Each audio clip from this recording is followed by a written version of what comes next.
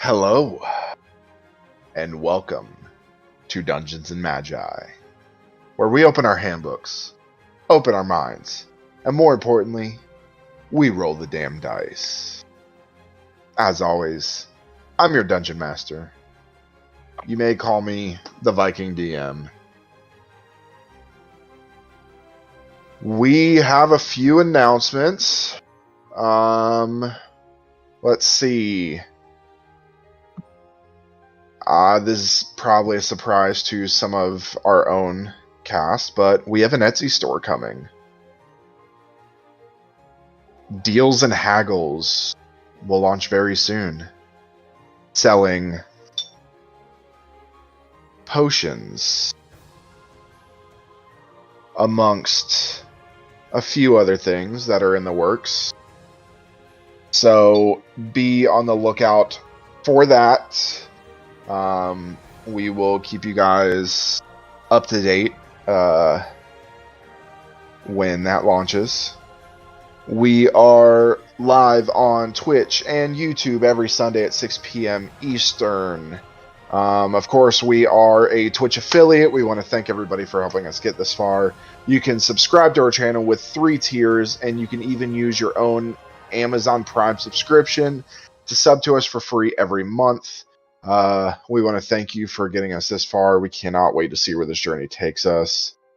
We cannot wait to see what happens next week as we start campaign 2, because apparently everybody's dead.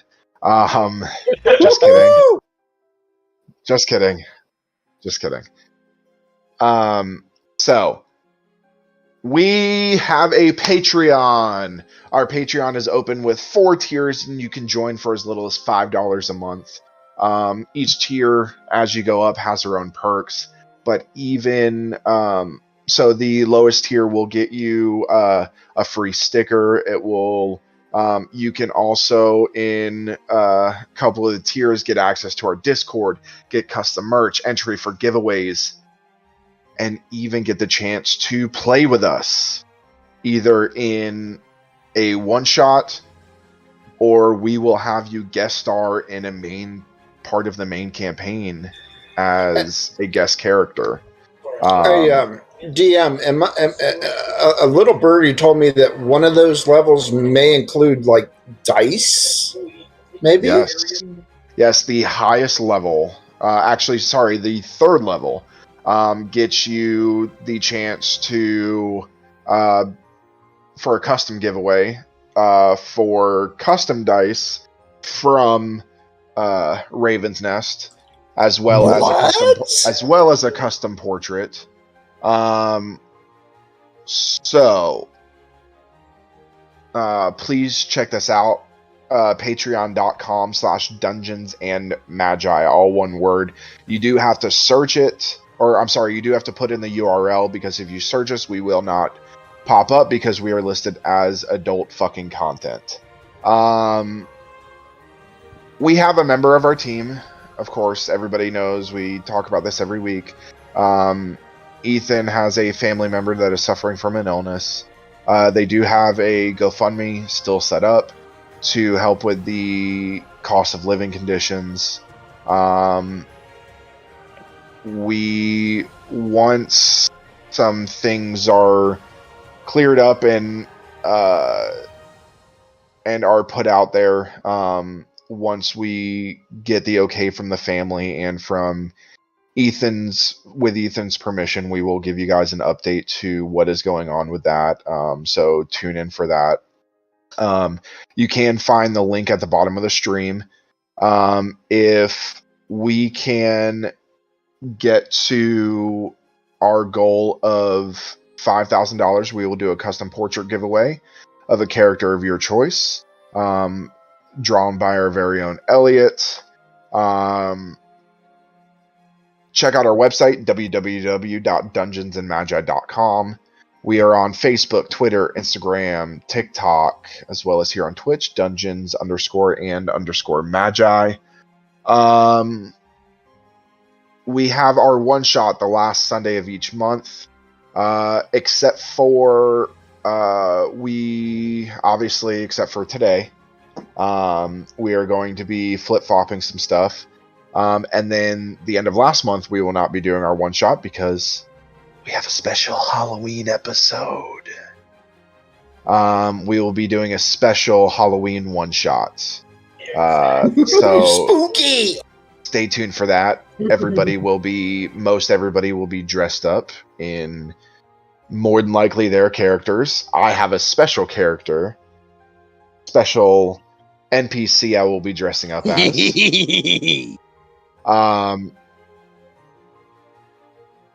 So we may, let's just say, we may see the hag come to life. So That'd be horrifying. Tune into that. We also have our new series Behind the Curtain the first Wednesday of every month. So it will be this coming or next Wednesday, I believe. Yes, next Wednesday, not this Wednesday, but the following Wednesday is Behind the Curtain, where we sit down, we drink, we shoot the shit, we talk about what's going on. Obviously, this coming Wednesday, we are going to have probably the most to unpack that we've ever had with everything that's going on.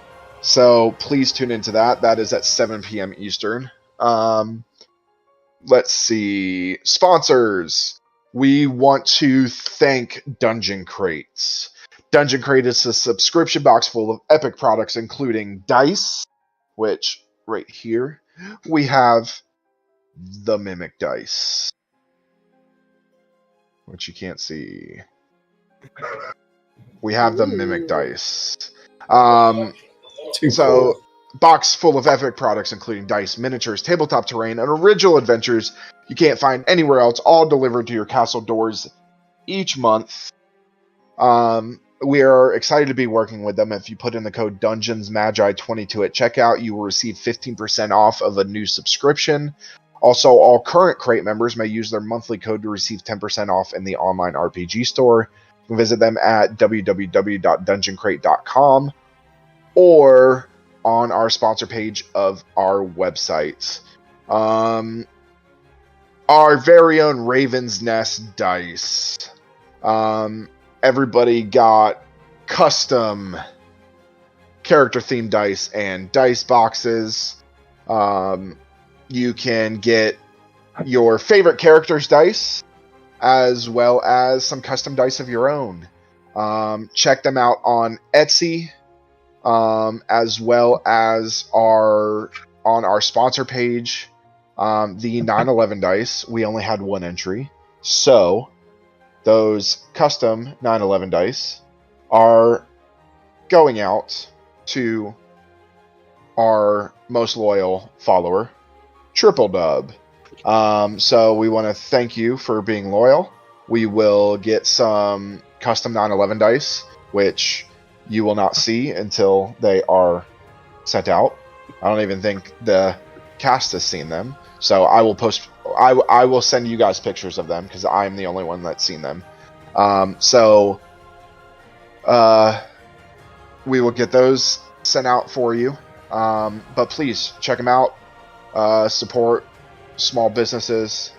And yeah, so another sponsor is Luna Solus Stellae. Luna does provide us with some artwork, which you can kind of see on some of these down here that I have. Luna has created for us, as well as and Luna has done quite a few things for us. We have some other things in the works that I forgot to announce. We are going to be it is currently in the works, probably, hopefully by the start of Campaign 2. We will be working on releasing our own line of mead and wines. So that's something we are working on. Luna has made a logo for us. That line is going to be called Six Sided Brews. So we want to thank Luna for that. Luna is a fantasy-inspired Etsy shop that focuses around the world of Dungeons and Dragons. Check out their best-selling item, the D&D Mystery Loot Pack, which inspires an adventure through random dice, figurines, cards, and more. Written from the perspective of their homebrew Fey Pocket Realm, each package comes with a letter from the Archfey Lavandula Lazuli, with a quest or information corresponding to your package. Some personalization can be done through themes, or they can be made out to your D&D character. If you use the code DNMAGI at checkout, you will get 10% off of any of the items in the shop. You can find them on Etsy or on our sponsor page. Big Nerd Coffee Roastery is a small batch coffee roaster in upstate New York. Their focus is to bring you delicious, fresh roasted coffee and kick-ass nerdy content. 5% of all their quarterly profits are donated to Child's Play charity. Check them out. They provided us with some awesome coffee and stuff like that, which is amazing. And lastly, I want to thank Wandering Whispers. Wandering Whispers is a dear friend of mine who created amazing potions for us. We've got Belvis Gelatinous Ooze that glows in the dark. We have this awesome healing potion that I can open up, roll the dice for the healing potions. So check them out. They created a discount code, not just for us, but for you guys as well. Use the code MAGI, M-A-G-I, 15 at checkout to receive 15% off of your order. Now, if there's no more announcements, let's roll the damn dice. Oh, no! And I'm dead.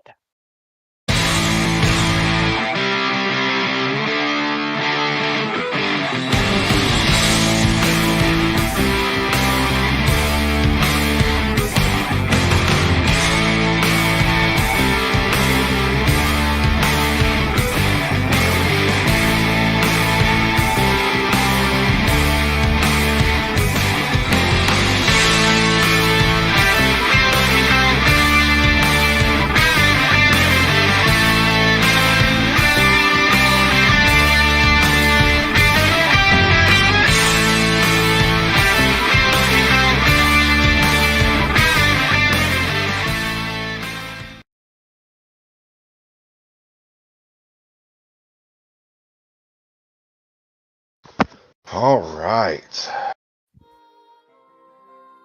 So,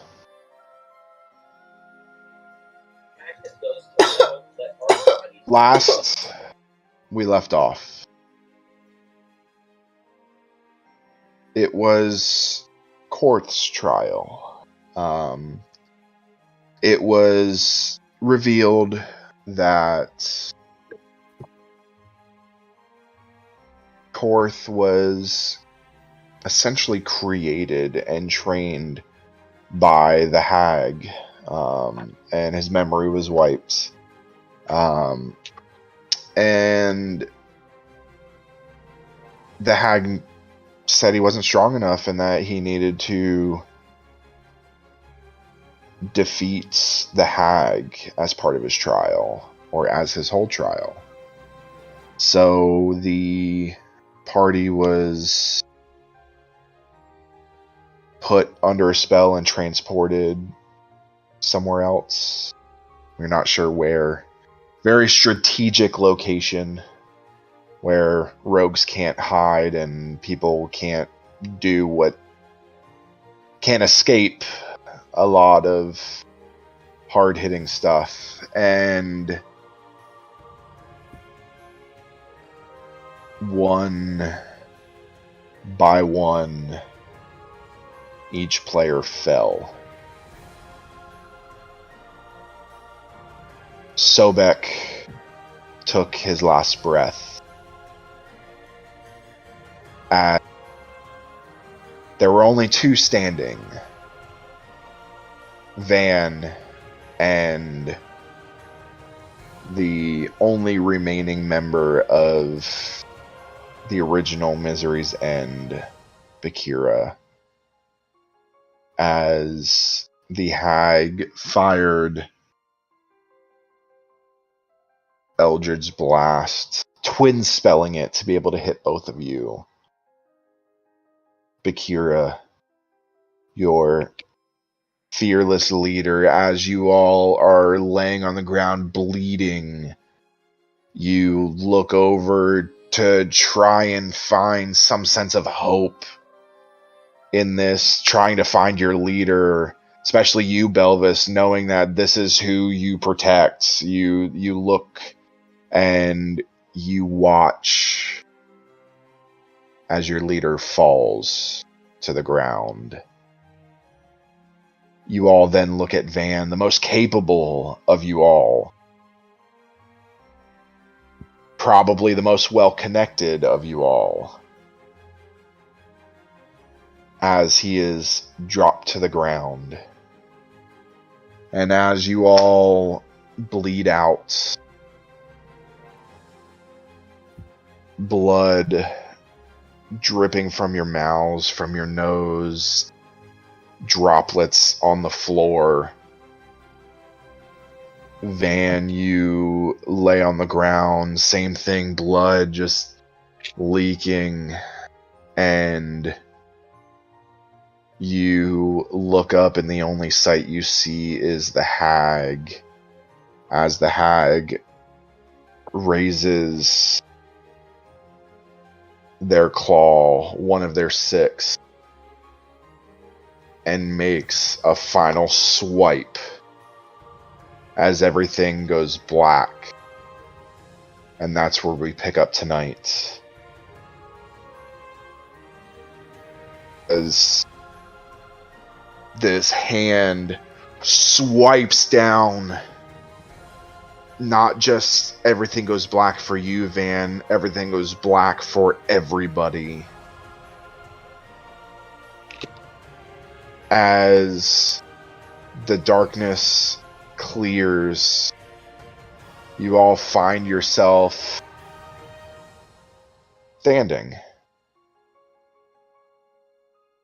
in Deals and Haggles.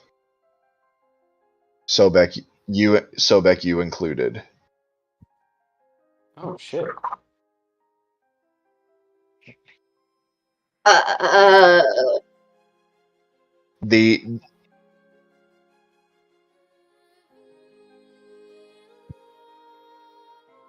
Make an investigation check. The hag is standing behind the counter in front of all of you. Ugh. Yes. Okay.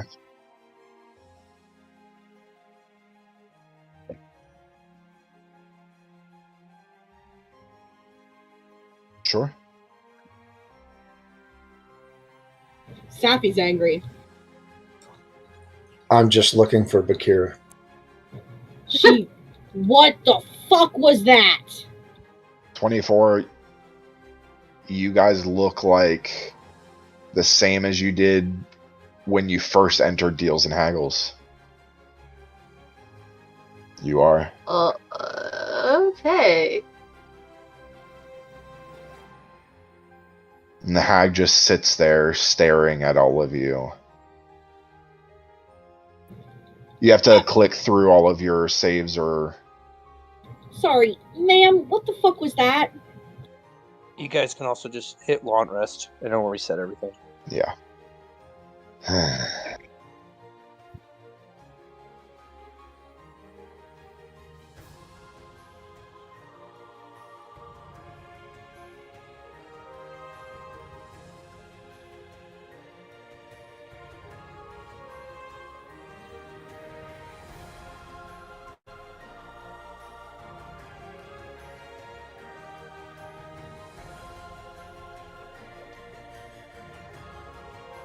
So, just so you guys know, you feel no pain, you feel no aches, nothing.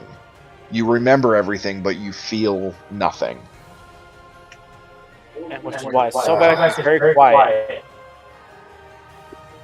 Bakira literally goes up to Van and actually hugs him. She hugs him. And like...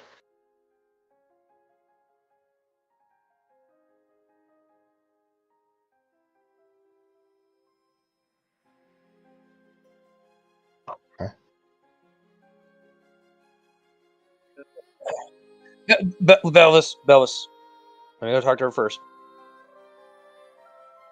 And then turns to the hag, and as much seriousness as he can be, and says, when these trials are over, all these trials are over,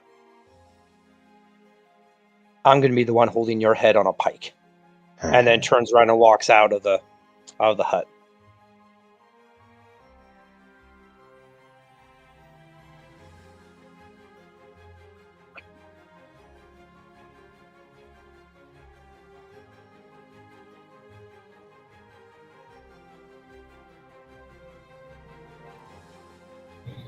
Safi growls and you just saw that bitch almost fucking kill us. You think that's a good idea?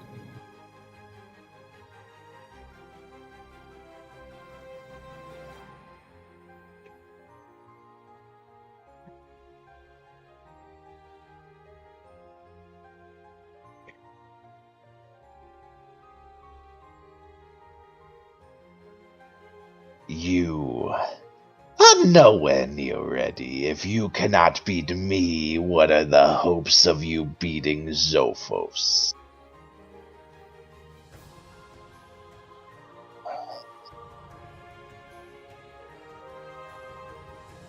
Would you like to go again?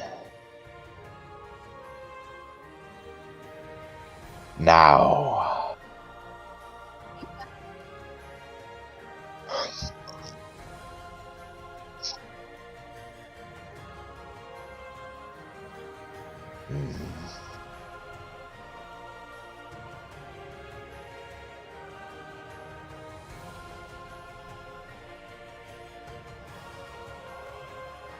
Now, for the rest of you. Sobek will move between the hag and the rest of them. Perhaps you need to train more, to train better, and maybe get more help, because if I can beat you by myself, how do you think Zophos and his army? This is the first time you're hearing about an army of Zophos. How do you think you will fend against the army of Zophos?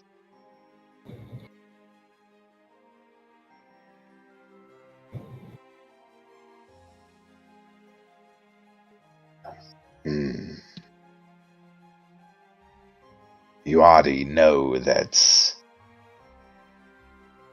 there's the Shifter and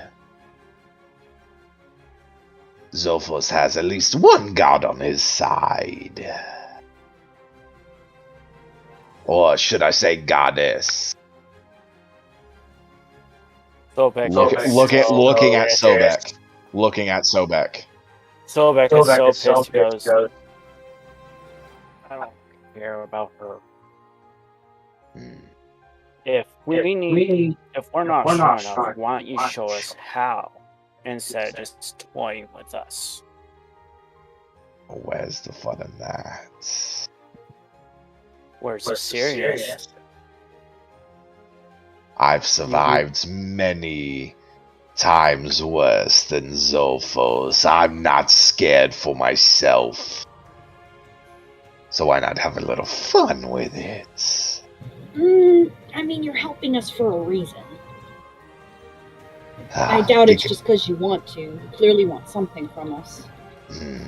Because I made a promise to someone, and as you know, I like to keep my promises.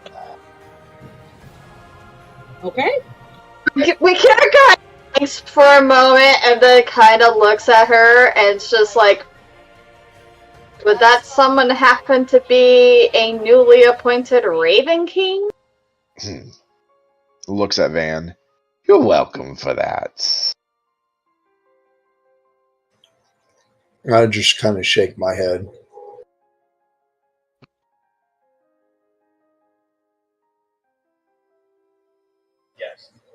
I'm going to hug Bakira, give her a kiss, and whisper in her ear and say,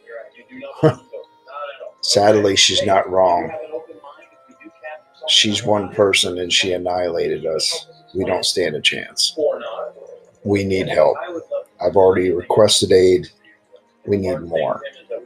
And I'm going to look at the hag and kind of give her a knowing glance, but also one of those fuck you kind of looks as well. And I'm going to turn around and walk out.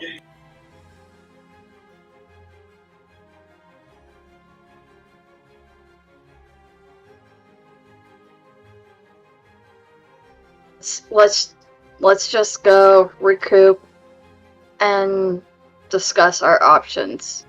Did Though, we fail Court's and trial? she looks back at the hag and is like, as much as we hate you right now, I have a feeling we'll be back. Oh, I know you will. I will see you soon. So Did we- Bethesda moved, he plans to talk to the hag. Did we fail Court's trial? You don't know?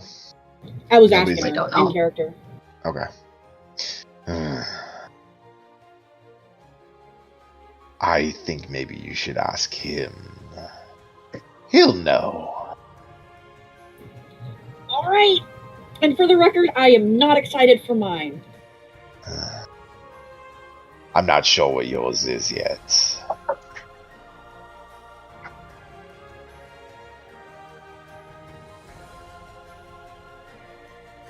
I'm pretty sure Van's already on something for that.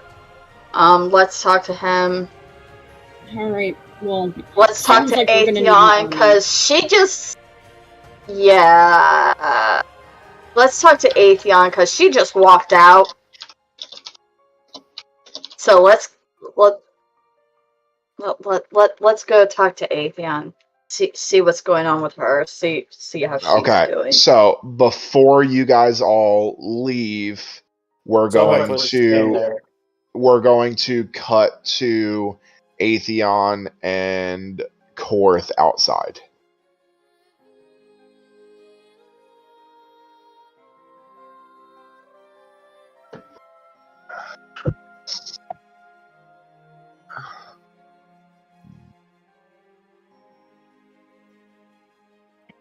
I mean, to be fair, this trial wasn't exactly in our favor.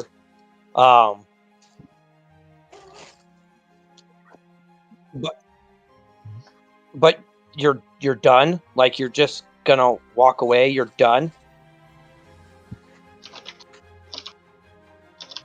You're good.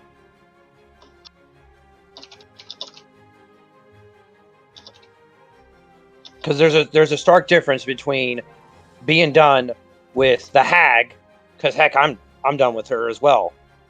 There's a difference between that, and then a difference between just being like done in general.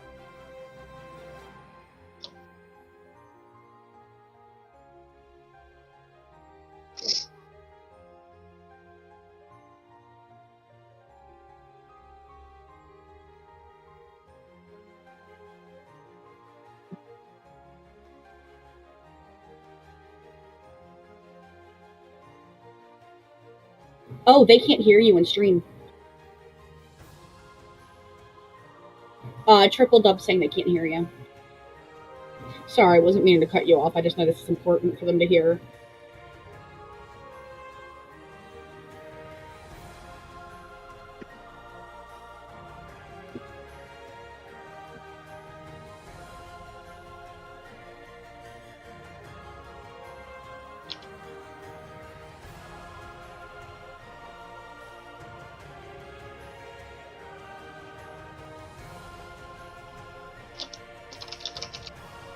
Triple Dub, can you hear me now?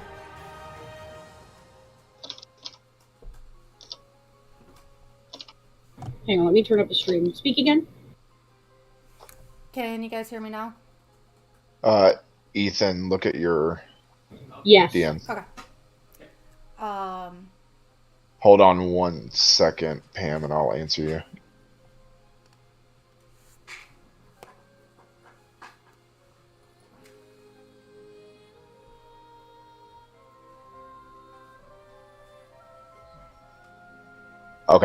Okay, perfect.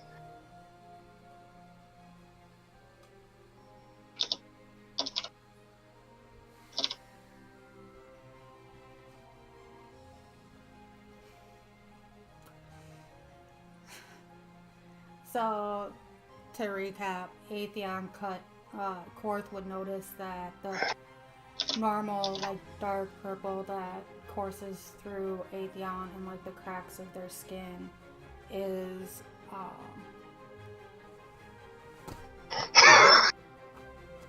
Yes.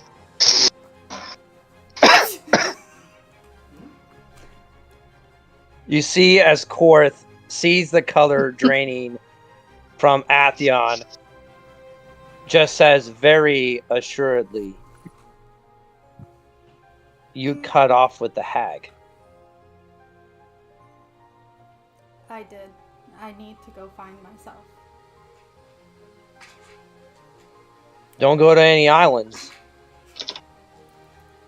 But you're just gonna... Atheon's We gonna just- hold up the pendant that Daph gave them and says, I'm gonna go home. You're running back to Daph. You're running back to Daph. Every time.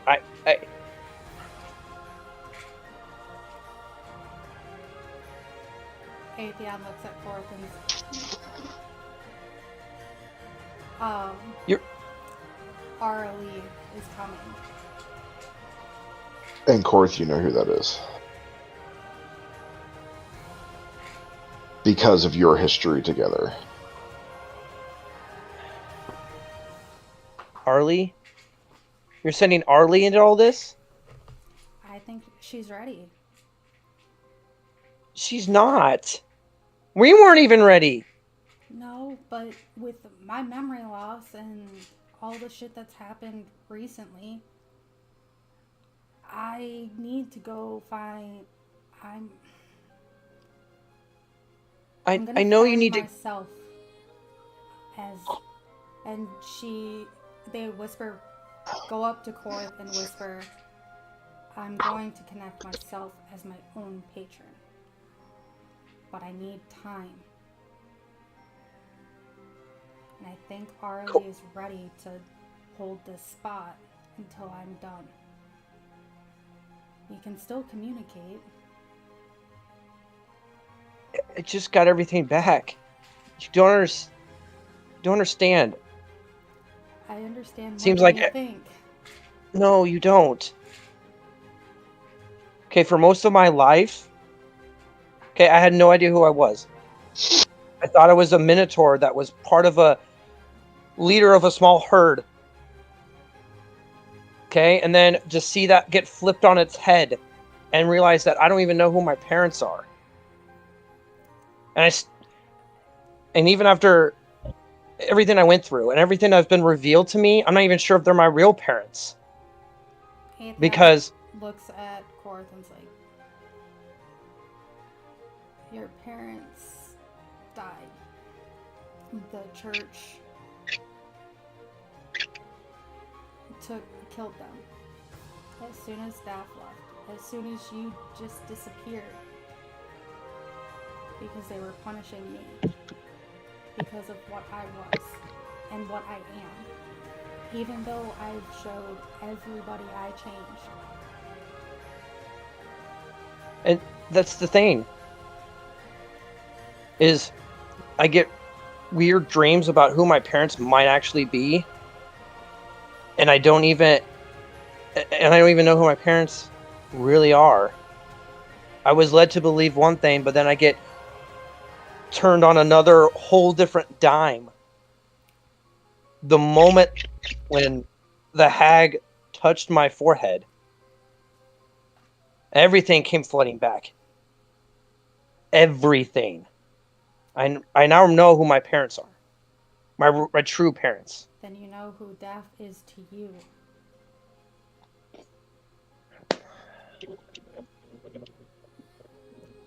You're really putting me in a hard bind. At this point, Atheon's just crying, and it's like, I know. And I'm sorry. Korth shifts into just to make himself taller. So he takes on like the kind of the height of our guys, but like doesn't change his fur, doesn't change into our guys. He just makes himself taller.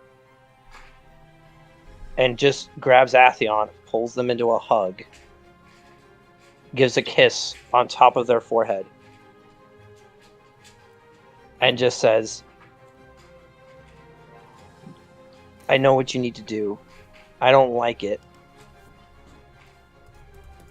But you're really going to send her into all of this? Atheon embraces Korth and is like, she's been reaching out to me, saying she's ready. Granted, I think there might be a little issue with them being stuck again in a certain shape, in certain form, which you're going to have to try and help her fix, because she only listens to you. And Atheon's going to take off the necklace staff it gave them and put it over Korth's neck. It says, you need to talk to Death. And gives them a kiss. And just holds on to them.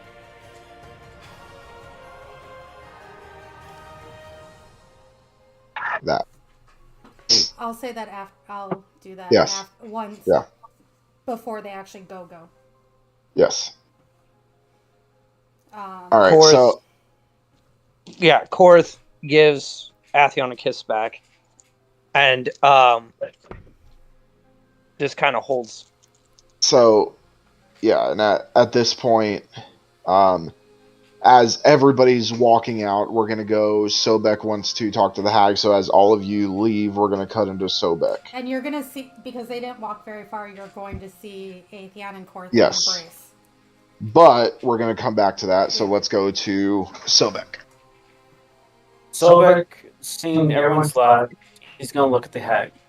You said you feel the power of me. I don't know what's done to me, but I have a feeling you do.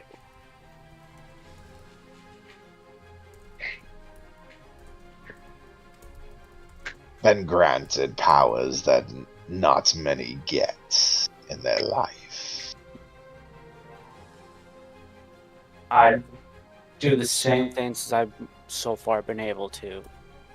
Find powers. What am I now? Find powers. What am I now? You're... I don't know if there's really a word for it, but... let's just say if you really put your mind to it, you're stronger than me. Clearly not, if I just lost so easily. I am weak, I will admit this. Well, perhaps you need to practice your new powers before the end, and maybe you'll surprise yourself. There's something quite... And they reach out and with one of their hands and touch your chest. Just not aggressively, just softly touch your chest with their fingertips. There's something quite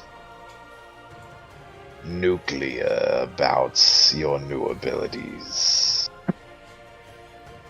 You love your riddles, don't you? Oh, where's the fun in not having fun? You sound too much like her. Please stop. Except I'm on your side. Have I left you? No. She has. Why I am asking you this. So, what can I do to get stronger?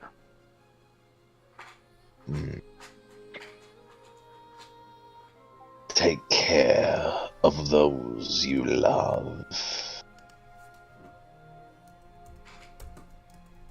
Grow a following. You are a god now. You must have people that worship you. That's how they gain their power. We? I said they.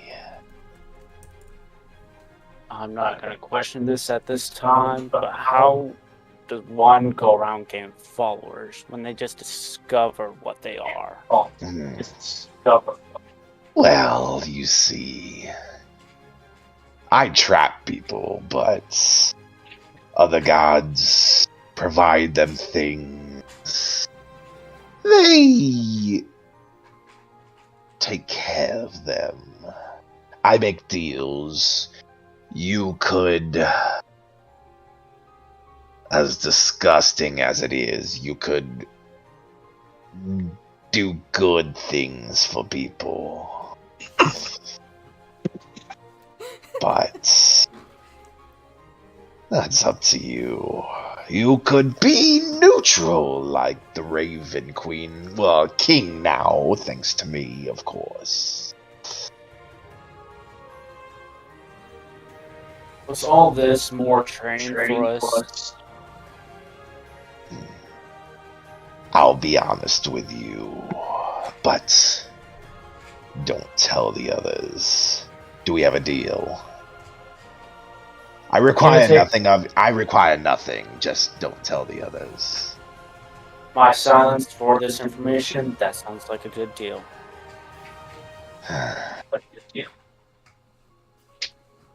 There's no such thing as the trials. Very well. This is all to prepare you for the inevitable end of the world. You see, I've seen the world end.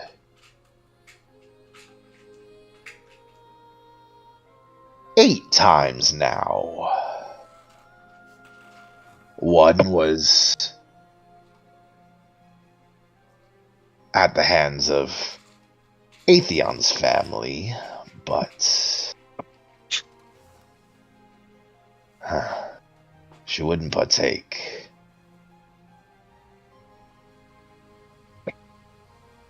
But something about this time is different. We've never had a Titan in the world. It's always been a Mind Flayer or a multi-headed dragon or a partially dead person with a magic hand, but a Titan is world changing. That Titan has a goddess following her. The Titan is stronger than the goddess. The Titans came first. Without the Titans, there would be no gods. There would be no us. You and me. We're not gods per se, but between you and me, the word demi is not my favorite. So let's just go with God.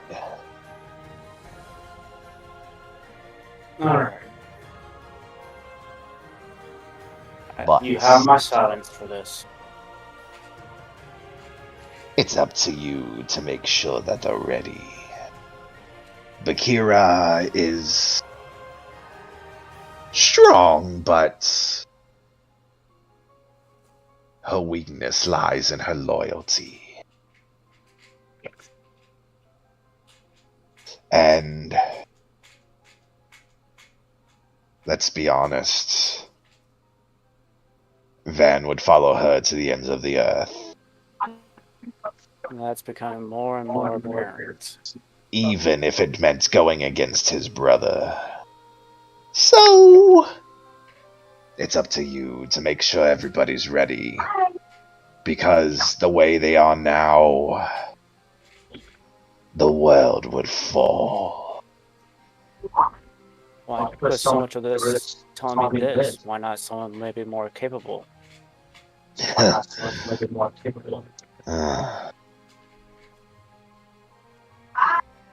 Because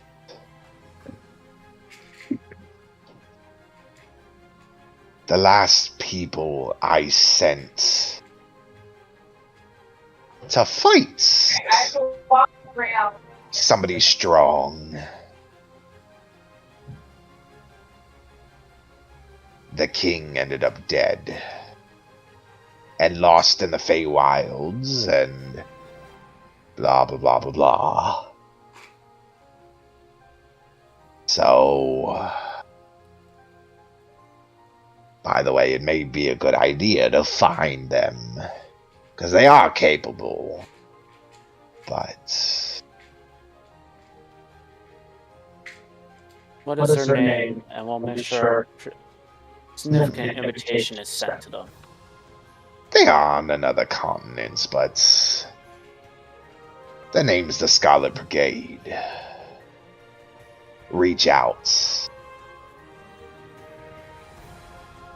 They have a mighty king on their side.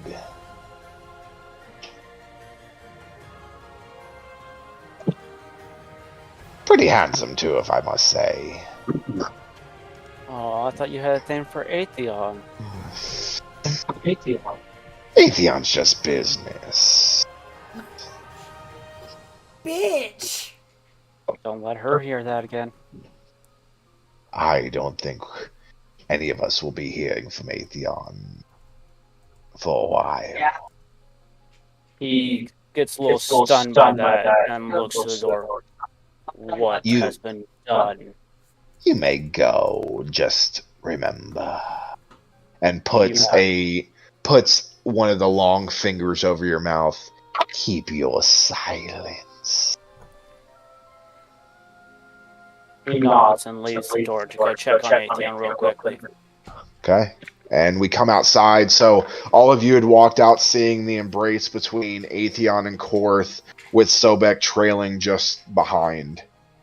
And so you guys are behind. You can tell you guys are intimate embrace. Yeah, you not guys a brother you guys sister. are behind Korth, looking at Korth's back face. So Atheon is facing everybody. So Atheon, you see everybody coming out. If you would like to speak. What the fuck? What? Atheon looks at Korth and is like, don't look now, we have an audience. Shall we? Korth is, I need a minute, and just kind of steps off to the side. Tell him what you wish. Atheon walks back to the group and says, before you start asking questions, let's go back to the nest where pesky ears can't overhear what I'm I heard that echoing through everybody's head. Atheon is like, shut up, you fucking bitch, and leave me the fuck alone. Oh, okay. And that's the Then- first time you've actually heard Atheon just growl and just have like such a deep speech, like just extremely pissed. So Bakira looks to Van and is, let's go home. We need to rest and figure out our next plan of attack. Atheon calls out to Korth and is like, Korth, come on, we're going home.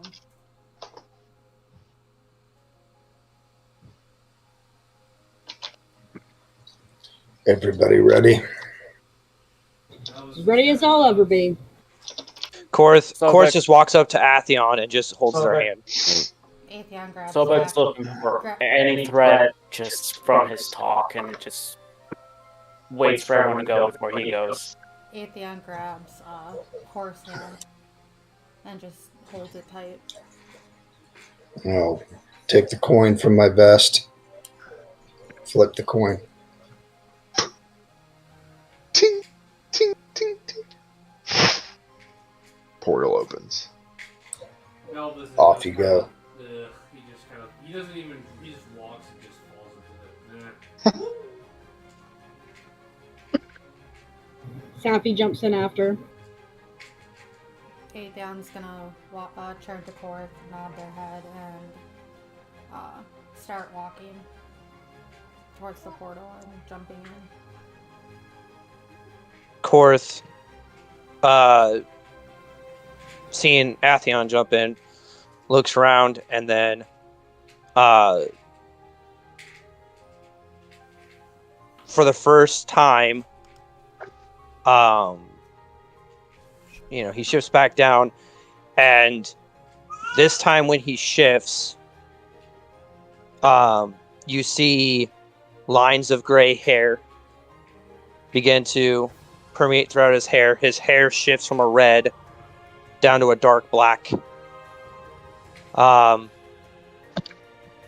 He wipes a couple of tears from his face, and his hair is long and black down towards past his shoulders a little bit, and then he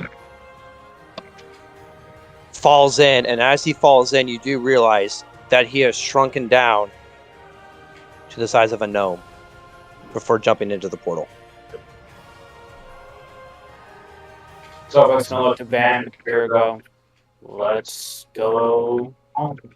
And jumps in. Okay.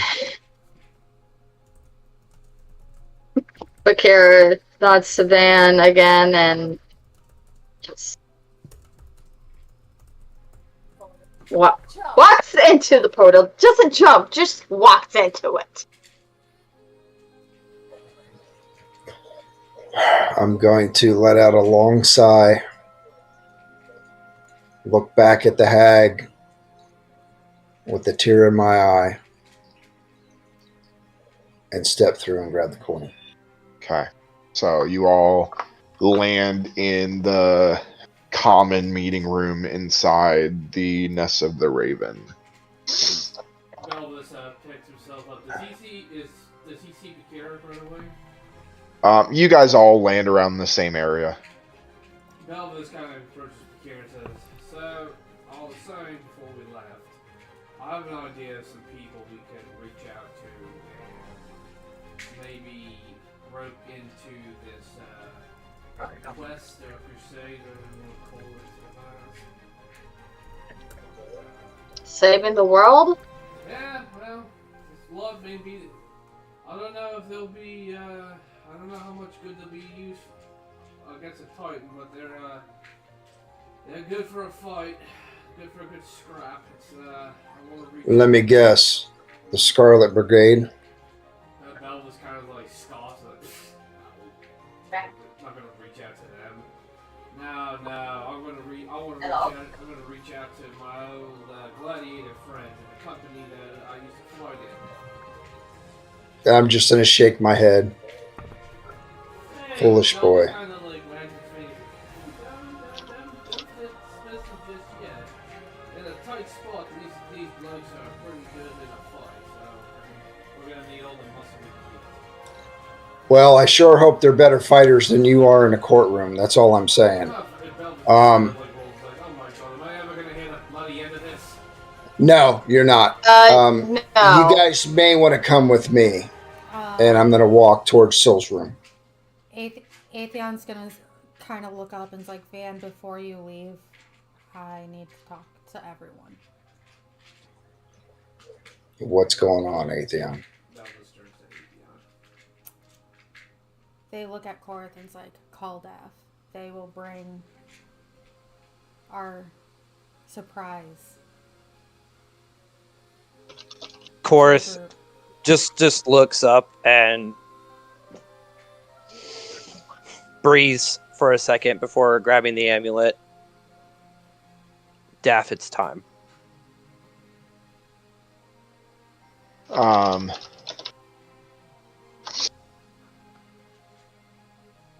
Takes a second, and you then see a portal open with vines that wrap around,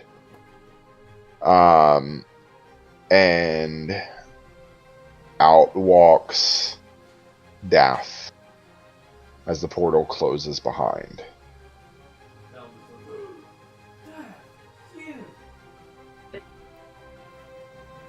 Sobek would give a nod, a little bit more knowing now of what he and she is.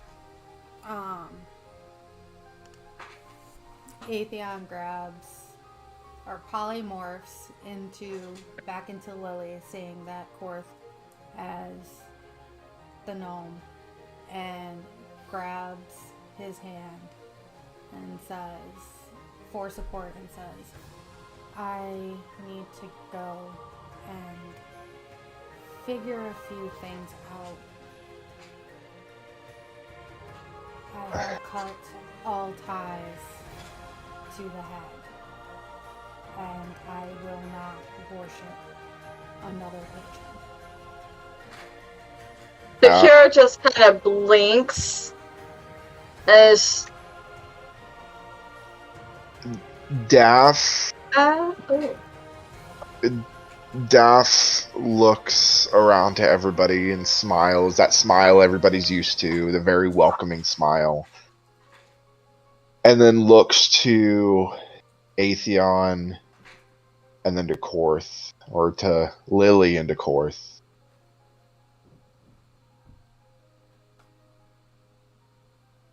I see you two have finally remembered. Atheon looks at Daff and is like, of course I did, sister-in-law. Kira It took me a while. tilts her head and it's I'm just sorry, like, what the fuck? It's been... You two have been separated for 60 years now? I was wondering when you two would find each other again, how long it would take. You guys... I remember when you guys got married. I remember the birth of your children, my nieces and nephews, and when I became this, I could see who all of you truly were. I could see who Korth truly was.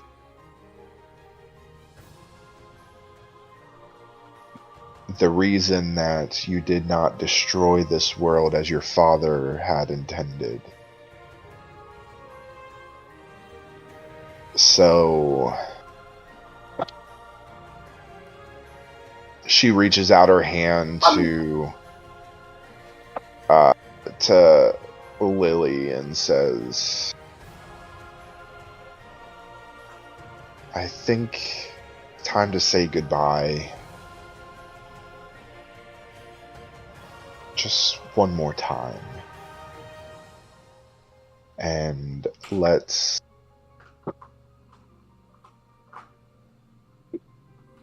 get you back to being Lily and not Atheon. Atheon looks to the group and says, there's someone coming. They will come in immediately after I go. It's been a privilege. You will see me again. This isn't a permanent goodbye, but it's time for me to figure out who I am without my father. And if you would like to know who my father is, I will tell you. Bakira actually walks up, kneels down, and asks her, may I hug you? Atheon as Lily just jumps into Bakira's arms and gives her a huge hug and says, you're always my best friend, even if we never really talked. Sobek would I'm getting better about that. Sobek would walk up and go, I know I don't always like it, but if you need me, just call. Atheon nods their head and says, of course, if you guys need me for anything. You know how to reach me. Just think as hard as you can. My name, and I will always be listening to you. Atheon then looks at Korth and is like, can you grow a few inches so then I can switch back to Atheon?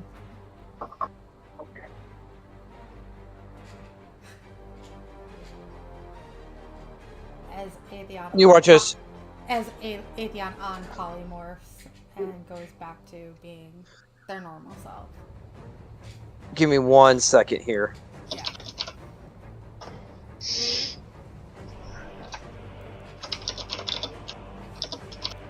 And Bakira goes back to stand next to Van. Atheon goes up to Van, and they know that Van doesn't do affection, but gives them a hug and leans in and whispers, take care of Bakira. She's going to need it. Hey, I will actually return the hug and whisper in Atheon's ear,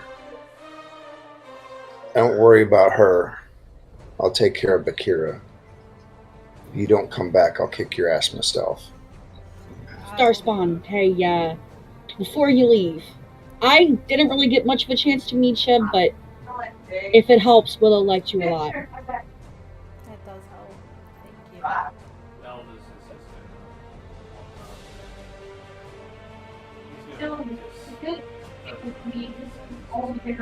Atheon just gives Belvis a hug and says, you take care of Vezin, and don't force her to be something she's not. The person who is coming, I can tell you right now, can help your daughter more than you could ever. Eldest assistant.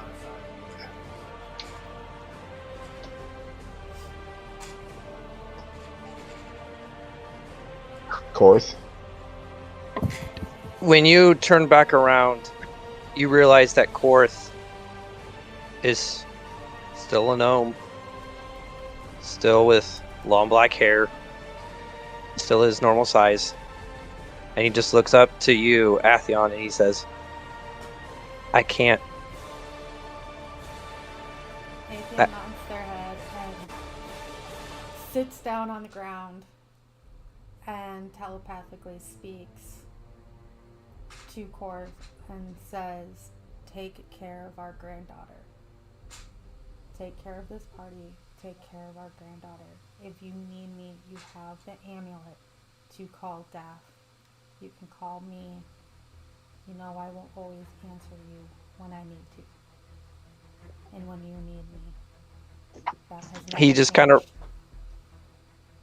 he just kind of rubs the tears that are now beginning to pour out of his eyes, and he just Atheon takes their hands, and even though it like looks funny, they take their thumbs and kind of run it underneath Korth's eyes, and as they're also crying, and just is devastated that they are leaving. as soon as they wipe their tears from their eyes, Korth, you know I always have your back. Always. And I have yours. It has not changed since the day I landed here. And I chose not to destroy this world. And I know that. I just, I've always have your back. And you can be darn right that I'll make sure that she stays safe. Just do me one favor. What's that? Just make sure you just send me a message. I'll try and keep you updated on our progress, but just send me a message every now and then. I just got you back. I'll send you a message and we can talk every night anytime. I have the ability to just focus on you, and my focus will always be on you and ours. matter what. Korth just, at this point, just reaches up with his tiny little gnome hands and gives Atheon a big hug. If you don't go now, I'm probably going to be half convinced to just go with you. His hand on her head, gives Korth another kiss, and touches their forehead, and stands up and looks at Beth and says, I'm ready to go. So, you all see Daff reach up and grab Atheon's hand as Daff waves her hand behind and a portal opens that you normally see. And as they both look back to you and Daff steps through the portal, you see Atheon, as they step through, begin to shrink down into what you can only see is what possibly may come back to you as you see Bakira, what looks familiar to you, a fire genasi, as the portal closes. Oh, Bakira that just kinda- motherfucker! Bakira just kind of was just like, oh. You forget Safi would know this too. Yeah. Shit. I know. Oh, that means that bitch wasn't a kid. I'm gonna beat her ass. Bakira blinks, looks at Sappy, looks at where they disappeared, looks at Sappy again, and it's just like, was that? She, like, slams her Was hip that on the who I ground. think it was? That was that bitch. Was that who I think it was? That was the bitch Yes. that killed me. Belvis is very confused and says, "Okay, I'm lost. Sappy, Belvis, No, it was an accident. I'm allowed to be pissed, but I don't want you guys to be pissed on my behalf. It's a thing. It's okay. We'll figure it out when it. She's getting punched though. I love her. I love them. Of course, I'm not gonna hurt them, but they're gonna get punched. I don't blame Sappy on this one because if that's who I think that Atheon shifted into, yeah. Yeah, but you guys don't worry about it. It's nothing. There's a reason terrible. Sappy's pissed, and I Yeah. I mean, it's kind of terrible. Bakira just kind of terrible, looks at but for Sappy everybody and else, starts no. laughing. Bakira actually starts laughing, and it's just like, gonna it's dump water actually on that kind of bitch. terrible. I'm gonna Like, dump water on that bitch. You watch as Korth, upon Atheon leaving, just turns, just reaches up, and he kind of pulls on Van's, like, yeah, Oh, I know, it's really, Charlie. yeah, he's sad, just what happened. oh. But you see him reach up and pull on Van's jacket, and he just goes, "Can you guys just figure stuff out? And then just tell me. I need to go. I just need to go too. I just need to be by myself for a little bit, maybe with Charlie. But can you guys go figure it out? And come and tell me later." I will look down at Korth and give a knowing nod of, hey, I get it. I fully fucking understand. And I will turn to Bakira, take a drink, and go, fuck. This fucking God stuff gives me a bloody headache. So And like inches away from Van when he hears that.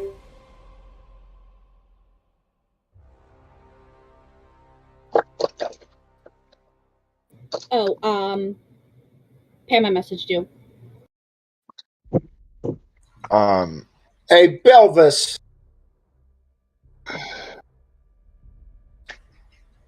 Before we do anything else, at some point you need to find me, mate. I may have something that'll help you.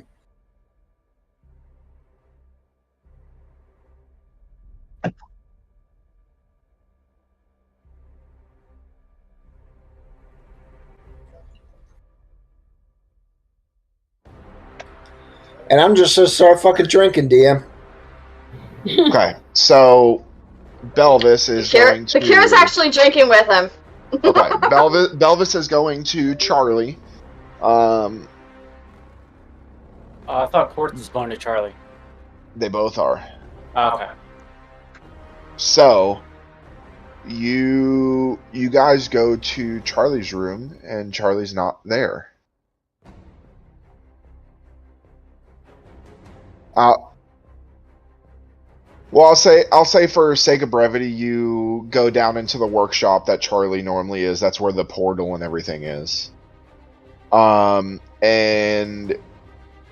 you do see that Charlie is not there either, but left a scribbled note about them using the portal to travel to somewhere where they can build the ship. And they gave you the coordinates for the portal. Mm.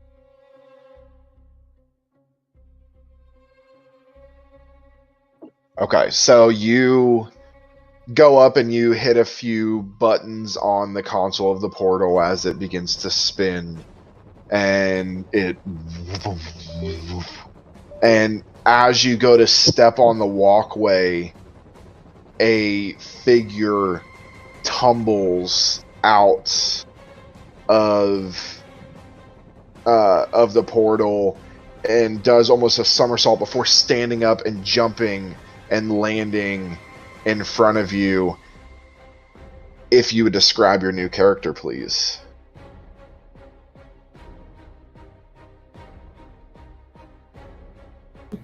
Would you like me to send that picture or no? Yes. Because I did finish that picture. Send that as well.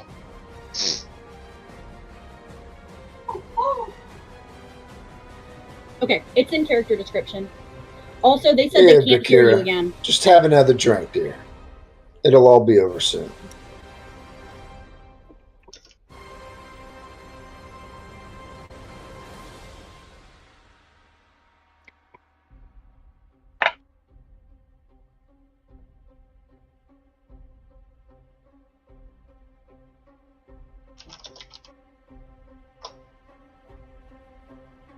Sorry, everybody. Technical difficulties. Give us a moment.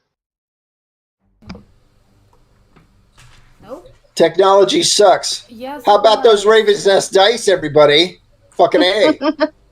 Hey, I love I think they're mine. amazing. I think they're so amazing, and I feel like you did really good work with it, and not just like you just got our descriptions and then you just rolled with it. You right? know. You put the hard work. Can you hear You me put. now? I don't even want to put dollar signs, but you really Okay. did a good Yeah. number. Hold on, The guys. numbers on the dice. Triple Dub, Yes, can you hear? you can be heard. Okay.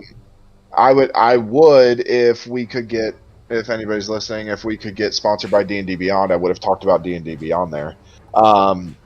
So if somebody from D&D Beyond is watching and wants to reach out to us and sponsor us, that'd be great. Yeah. Hello. Since we exclusively use D&D Beyond to Right. create all of our characters and do all of our stuff. DM, I'd even be willing to do my best Sam impersonation. Please don't. Don't. We don't need another Sam. Oh, yes. I love you, Critical Role, but okay. So, Pam, if you could please describe your character. So, let me pull up the character description real quick because I forgot what I put. Elvis turns to Korth, who's, I'm assuming, is still in his little person form. He's like, "Get behind me!" And Elvis assumes a fighting stance. Korth is in his only form. When I said I can't, He physically I meant I cannot shift. This is I'm done. Course If So you did you not- are now what? A gnome.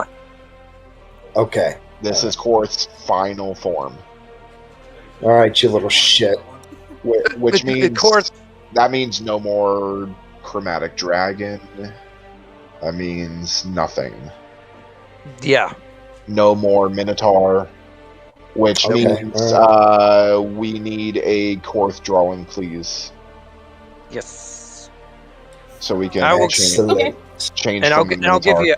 you a description later, Elliot. But you Okay. watch this because Korth immediately recognizes who tumbles through the portal, and Yes, you do. it's just hear- it's like So you just hear the person that tumbles out cussing in Minotaur as they stand up and brushes their clothes off.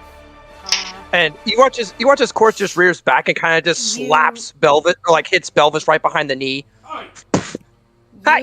So they have black hair with like purple ends.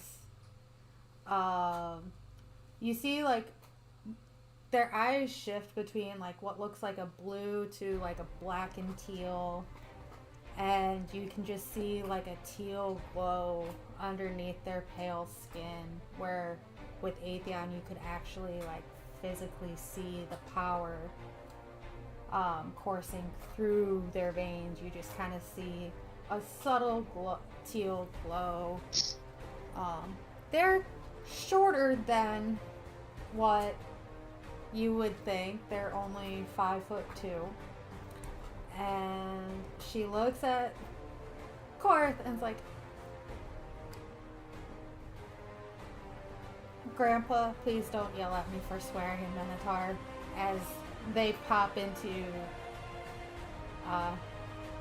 a Kenku and pops back and's like, "I can't get a handle on this."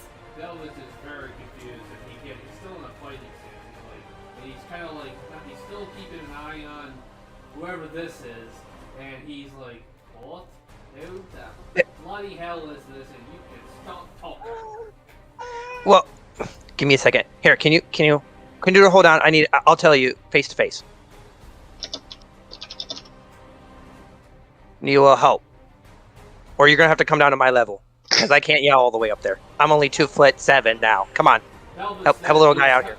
Belvis then just kind of reaches, just kind of bends down like this, and with his not his dominant hand, he kind of his weak hand, he kind of picks up like Korth from the back of his neck and just lifts him up, and he's like, "Stop talking." Reaches out with his hand and plucks one of Belvis's gills, and then just like rears back and pulls it back. That's my fucking granddaughter, you idiot! He's like, "God, you little bugger!" He just drops Korth, and he's like, "I swear to God, your what? Your granddaughter?" He looks up at. He's like, "Who are you? His granddaughter? What? Oh God, bloody hell! I hate this place." Arlie looks at Belvis and then looks at Korth and's like, "Grandfather, who is that idiot?" And she's speaking in Minotaur. You hear sorry, give me a second. You hear speaking of Minotaur, he responds back, "This is Belvis, and let's just say he's not. He's a good fighter, but not much else beyond that. It's just looking at Korth. What are you saying? Speak Coleman, or I'll kick you. I'm telling my granddaughter on how beautiful and how awesome you are in combat. It's just phenomenal. Okay, brings a tear to my old man eyes." I would like to Arlie roll for hears perception to see Belvis. if I can call this bullshit. That would be Yeah. an insight check. Insight check. Arlie Insight hears check. Belvis threatening Korth and is going to go up to Belvis with a fist and is like, you want to repeat what you just said? Insight, I did, that's a dirty 21. Here we go. Here, I'll roll a deception check. Sure. God. 19. Okay. So I see, and he's like, mine, and Belvis just kind of gives towards not an Atheon? actual kick, not like a Or- punch kick, just sorry. like, Artie It- goes up and swings and punches Belvis across the jaw. Yeah, all right. Make an unarmed strike. Hey, Arlie, it's okay. It's okay. He's very protective. It's okay. It's okay. DM, do we hear this going on at all? No. 17? Standing. Yeah, that hit. So Bakir and Van are just drinking together. DM, that did hit me. Okay, Sappy's, roll like, roll anger damage on it. eating all the food in the pantry. 2. Huh? 2. Two damage. No, Belvis, you just hit me on the lip. He's like, oh, you little. If you attack my granddaughter, I'm gonna have to release my ultimate sorcerer's powers on you, and you do not want that in this tiny confined little room. Belvis Now, is Arle, I know you mean well, but he's a fish out of water. He really doesn't know what he's doing right now. He's just being a very loyal protector. Okay, Belvis just calm down. What kind of growls at Cora with damn fish jokes? Hey, fish stick, I'm not shut finished. it. He does that Yeah, and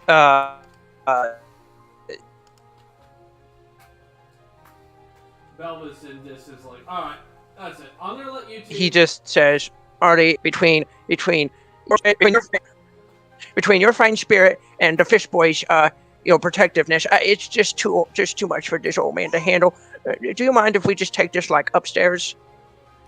Arlie nods her head and is like, of course, grandfather, and you're not old. Being charmed and losing your soul so many times, even though I may just be a little bit older than you, I feel like I'm like 827. It's a long time. Belvis is just kind of like, I'm done. Goodbye, nice meeting you, Ollie. And then just walks away. Okay, so Belvis, as you two venture up, Belvis, you go through the portal. And as you come through, you find yourself, you kind of like walk through that portal, and immediately your feet hit sand and kind of sink in the sand. And it's kind of familiar and welcoming to you. You like being in there. Your gladiatorial arena's always had sand, so this is home to you. Aside from, of course, your underwater home, and you look just off into the distance, and you see this large hole about twice the size of the breaded cheese, which was already gigantic. This is about twice the size, and you can just faintly see beyond the three suns. There are actually three suns that are one's here, just kind of diagonal of each other. There's three suns, and just like peering through that, you can see the little figure of Charlie underneath. Like this ship is almost jacked up on wood, and this little Charlie is underneath this thing with your daughter, messing with stuff underneath. Belvis just kind of trots up to them, and he's like, "Oh, they're living great, Charlie. This is amazing."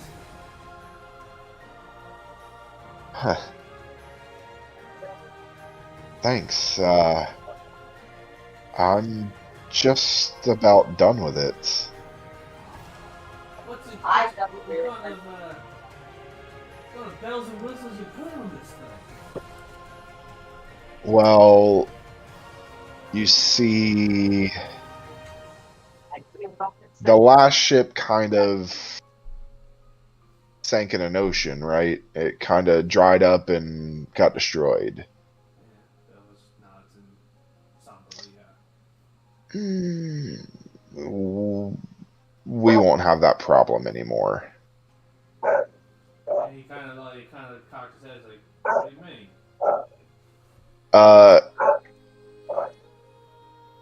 Kick those out, pointing to the structures holding up.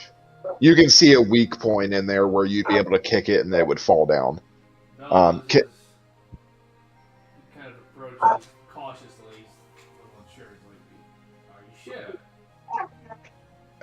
Yeah, one last, and you hear this.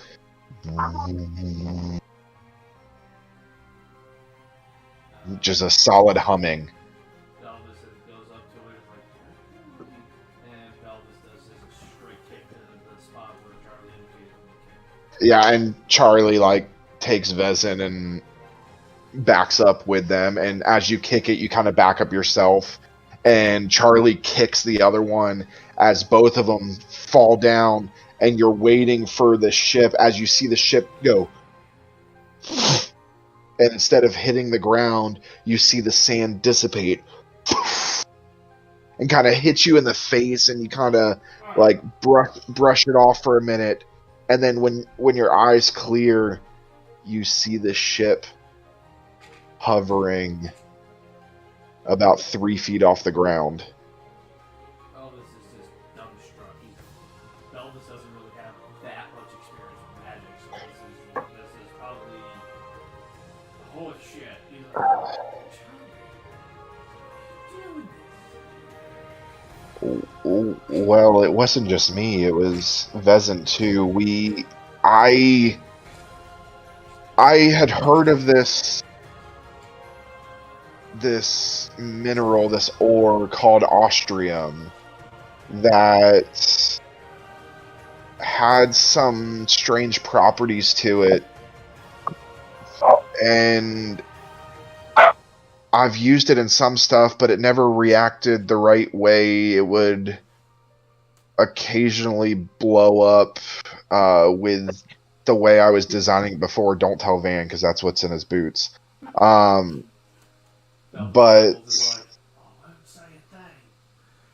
But we figured out that if we pumped Vezin's magic into the ore, the magic from somebody who is one with the earth,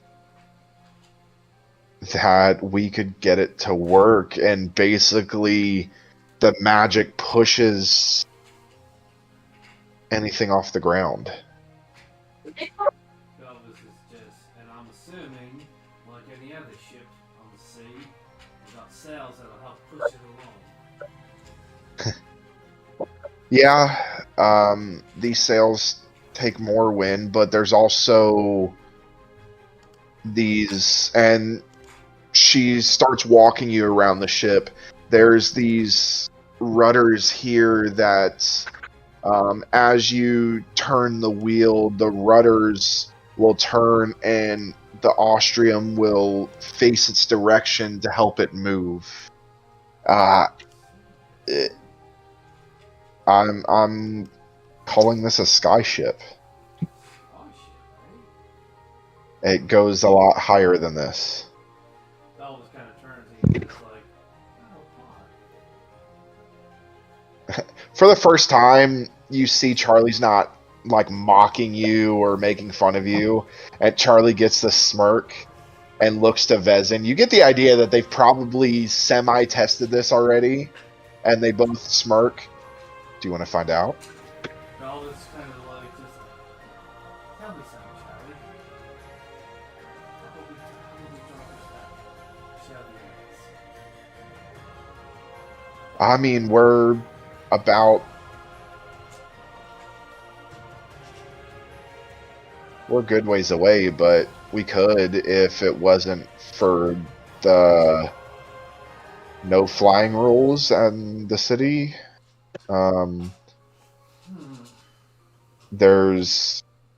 But there is another. I was looking. I took it upon myself to go through Sill's room and see if I could find some things that would help me, and I found some other keys. Elvis kind of is like, kind of keys.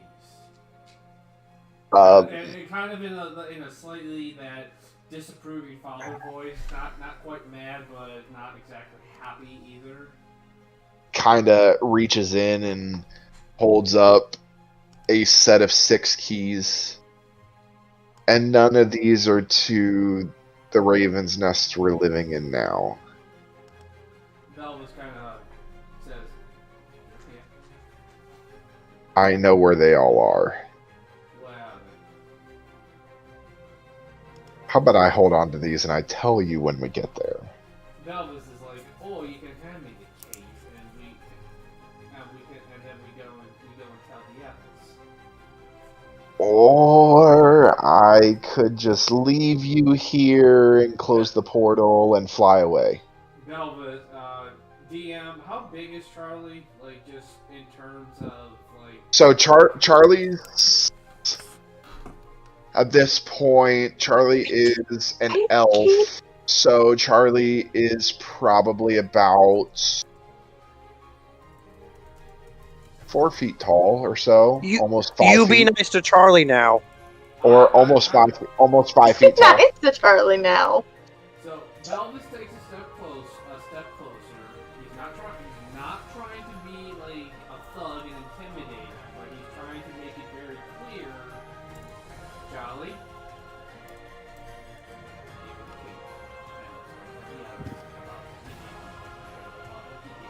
Can I roll persuasion? Sure. Belvis gets kicked off the air flight. Yeah. Just call me Spirit. Okay, name it Spirit Airlines. Talk about a fish out of water. Dirty 22.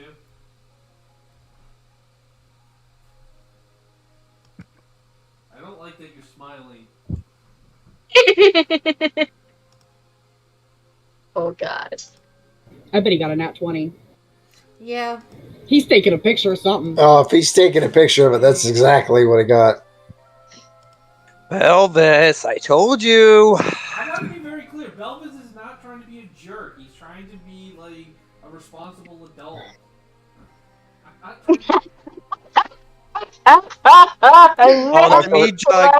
me jug means the end of your my first roll of the night. Charlie goes, wow. Again, or I could just leave you here. I did create all of this. Belvis is just like... And I am smarter than you. Belvis just sighs and is like, alright, let's get up on this and let's go fly. Come on. And so Charlie, you notice a bracer on Charlie's arm, and Charlie hits a button, and a rope ladder rolls down. Belvis kind of goes over to the rope ladder and turns to Charlie and Vez and is like, after you two. Charlie shifts the keys to the front of her pants as she climbs up. Outsmarted by a kid again. No, Belvis could talk about this and just grab this and done this, but he wasn't trying to be stupid or play. And Vezin goes ahead and just kind of chuckles as they walk past you and climb up and get in. Belvis just kind of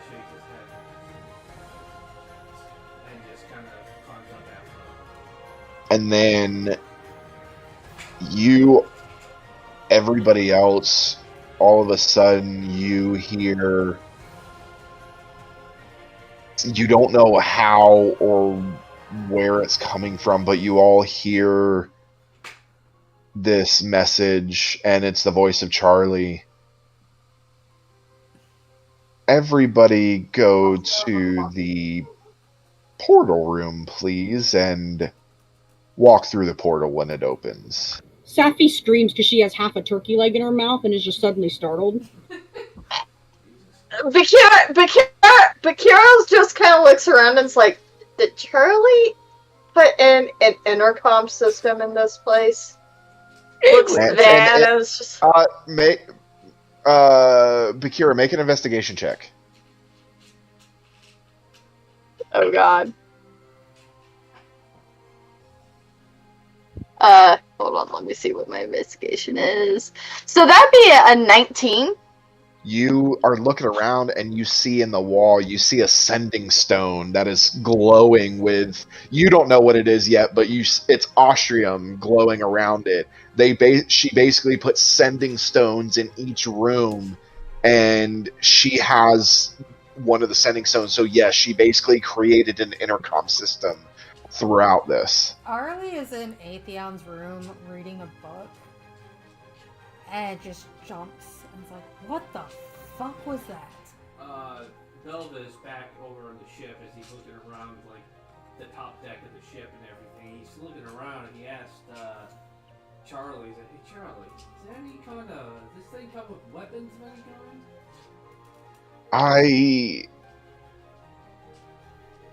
I haven't gotten that far yet, but I was really just focusing on making it comfortable to. Technically, we could live on it if we wanted to. Belva's nod is like, don't worry, I think I can find some people if you're okay with it. Since it is your ship. Yes, it is. Captain Charlie. Captain Yeah. Charlie. CC. Belva's just says like, don't worry, if you're okay with it, I know some people who might be able to outfit this with some weapons. It'll blend well, but it'll make this beauty You know that I can build weapons too, right? Belva's is like, I'll tuck it out for building this. But if you want to build the weapons, go for it. You still need money for it? No, I visited your room earlier. Belva's is like, what? So Belva's is like, give me the money I took. You took from me. Give it back. I don't have it. Your daughter has it. You He looks at Vezin. owe her child supports. Belva's is like, young lady, give that money back now. At this, Korth is going to walk through the portal first and just bloop. Okay. Arlie's gonna follow Korth. Okay. Safi's like behind, still with a half a turkey leg in her mouth because she's just like confused as to what's going on. Okay. Who the fuck are you? Belva could have been coming from the temple that was in there, or yeah. Okay. Van, Bakira. Fucking bloody hell. If it's All not I- that they need together. I guess we go. Although that is quite impressive. Remind me to tell Charlie, good job. All right, let's go. So you guys all go through the portal, and as you walk through, your feet go from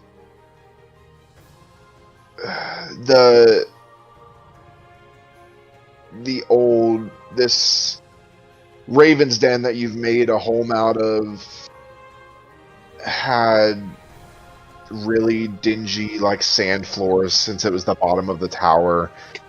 You go from this soft sand, and as you step down, you hear as you look, and there's cobblestone underneath. Shit. And you all look around and you see you are in this wide open courtyard with what looks to be a fortress ahead of you, and off to the left you see a dry dock.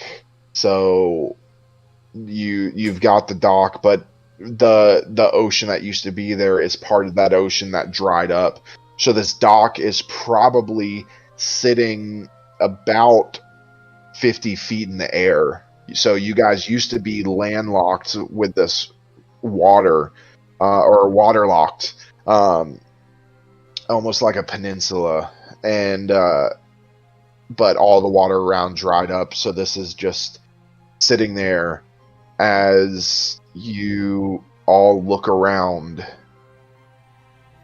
We are going to take our break before we get into the description of the new place. God, we got a lot of shit to move.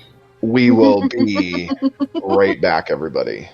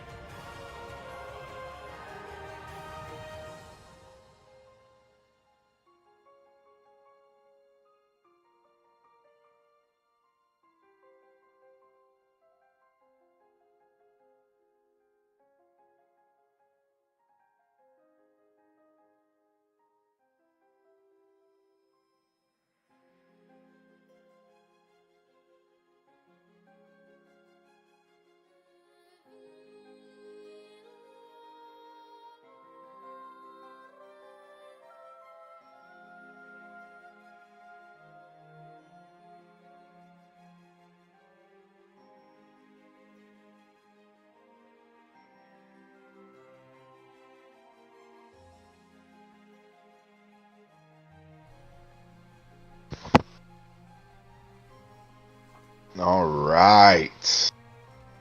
So, as you all look around and you see this dry dock, you see the cobblestone looking up into what looks to be a fortress. You see fountains on either side of you made out of marble with water flowing through it.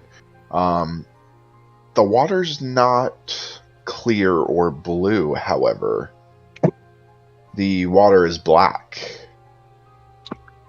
And it's just slowly flowing through it. If you look closely, you notice there are small statuettes of the Raven Queen. And the water seems to be flowing from the Raven Queen's eyes. As you look further, you can see some hedges that are well maintained. You guys have been on your own in the Raven's Nest in the Order of the Raven for probably close to a year now. And this place has been maintained pretty well for there to be no ravens for a year. So you find it rather odd. But yeah, you've got the dry dock off to your left, and then up ahead is the keep. What you like to do? I mean, I'm sure everybody else is wondering who this person is. Yeah, so hi, are you that person Atheon told us about? Grandmother? Yes. Oh, grandmother. Okay, didn't know I should have been calling them Mama. Bakira kind of looks down at her, or how tall is Arlie is 5'2". 5'2". Oh, so only a little bit shorter than Bakira. Yeah. Well, you have to remember, just 4 inches. 4 inches. They're technically a halfling because they're part gnome, part star spawn. Yeah, they're not gnome. They're not just a straight gnome. No. Bakira looks at Arlia. Arlie.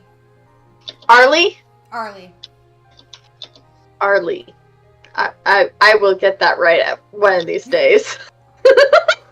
Looks at Arlie and is just like, so Atheon's your grandmother, which means, and she points to little Carve and is like, he's your grandfather, isn't he?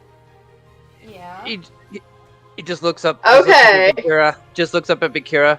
This old man can still cast spells like the best of them. I am You were the literally greatest. talking normal 10 minutes ago. What's going on? Bakira just kind of like looks at Korik, looks at him, and is just like, don't give me that old man crap. I know you can fight with the best of them. You ain't pulling that old man crap with me, sir. You come to discover that you hear Korth try. Well, here's the thing, Shaffy. I know. Here, give me 1 second. Charlie's on the ship. I don't know why Charlie's crying. Yeah. Oh, Charlie loves it. Charlie misses Atheon. Right. So Korth just looks at Shaffy. Here's the thing. I'm not, even though I'm by gnomish standards, I'm still relatively young. However, and part of it's my own doing, but when you get your soul sucked out of your body 6 different times, it wears and tears on your body. Arlie looks at Korth and is like, 6 times? Yeah, and then I died, and then I was reincarnated and came back to life. We're just kind of used to all the weird shit happening at this point, honestly. And Arlie, you watch as Korth just like, it's like, your grandmother knows about this, so don't immediately kill me, but don't tell your mom or your dad, okay? And he like holds up the deck. He pulls out the deck. Arlie's like, really? That stupid thing? You've been going on about that for years. Or at least Mom and Dad Sobek is has. now inching away. He tucks the cards back into. He just it kind of snaps and his cards go back into him. Let's just say I've had really bad luck with one of the certain cards of the deck. Yeah, it's kind of wore on my body a lot. Arlie looks Even though I'm. Korthan's like, Grandfather, please tell me you do not pull the void card every single time. Oh, he does. Not. Don't let him Jackie. bullshit you. It's like every time. Hey, I just want to point out I went toe to toe with a goddess drawing cards out of this deck, and I did I'll not draw draw the 20 void card. cards. So, as you guys are saying this, you hear this off to your left. Is something gonna explode? And she walks over to the left to figure out what it is. So you walk towards the dry dock, Safi. Bahira just like, oh god, what now? Arlie's Do I just see like, anything? Is everybody following? Yeah. Yeah, Bahira's absolutely following, expecting a fight at this point because she's just like, weird shit happens, usually leads to a fight. Let's So- go. You see, you all walk out to the dry dock, and you see this large ship flying through the air, coming towards the dock. And on the front, you guys see Belvis standing on the ship, his arms out like this, with Charlie holding his waist. God, no! Titanic style. Titanic style. Oh God! As the Ben's gonna ship, shoot him with the fucking reaping sow. as the ship, and it lowers itself and stops as Is this a sudden stop to you? Like, is Charlie gonna be able to hold on to me, or am I gonna go flying? yeah, no, you're fine. Aw. Vezin pulls on the handbrake. Vezin's driving, so Vezin's pulling on the handbrake as you guys see the sails, which begin to glisten with this glowing blue energy, turn and kind of push against the way it was going. As it does jerk a little bit. So Belvis, you kind of like against the rails, but you're able to hold on as Charlie smacks into your back, and you both kind of stumble,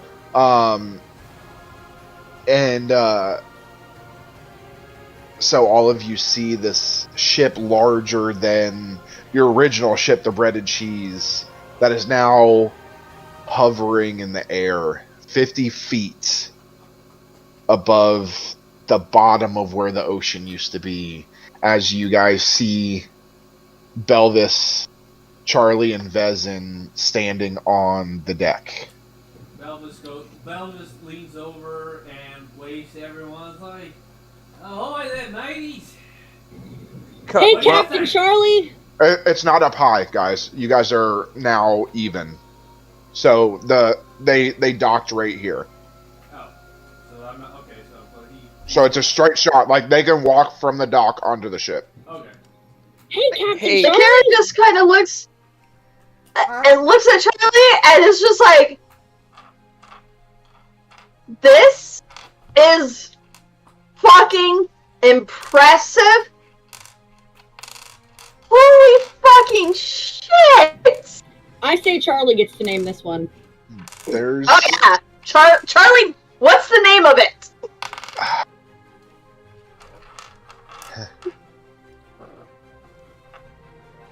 I don't know yet. I haven't had the chance to stop and think, but why don't you guys take a look around while we think about it? But it's pretty amazing what you can do with that much platinum. I'm going to look at Belvis, just shake my head, Elvis is like, what? and go, Charlie! And I'm going to walk up to Charlie and whisper in her ear, just make it sound like I'm yelling at you. By the way, good fucking job.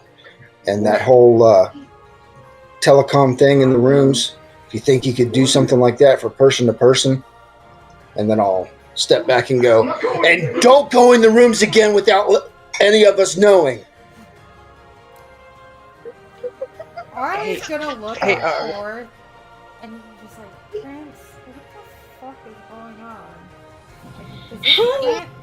Is this Aunt Daph's doing? No. Long story short, I saved Charlie from being killed, and so I guess you could say she is like your like sibling of sorts. But she made all this. But Kira kind of looks back and is just like, Daph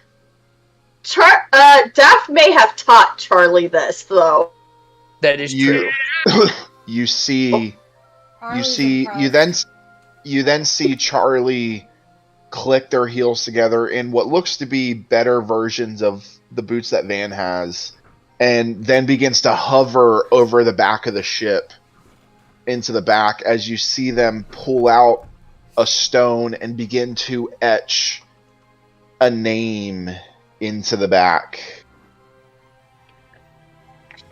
And you can see it from where you guys are if you walk to the end of the dock and you look and you see it says Devoted Shadow. Elvis nods and Frodo's like, I like it. Better than breaded cheese. Yeah, that's Yeah. a long story. It's a long story. Arlie's We kinda know like- you were drunk when we named the ship, so You were there when we named the ship. Elvis. You were not alive. Well, yeah. Arlie kind Alright. of looks at the group and's like, breaded cheese?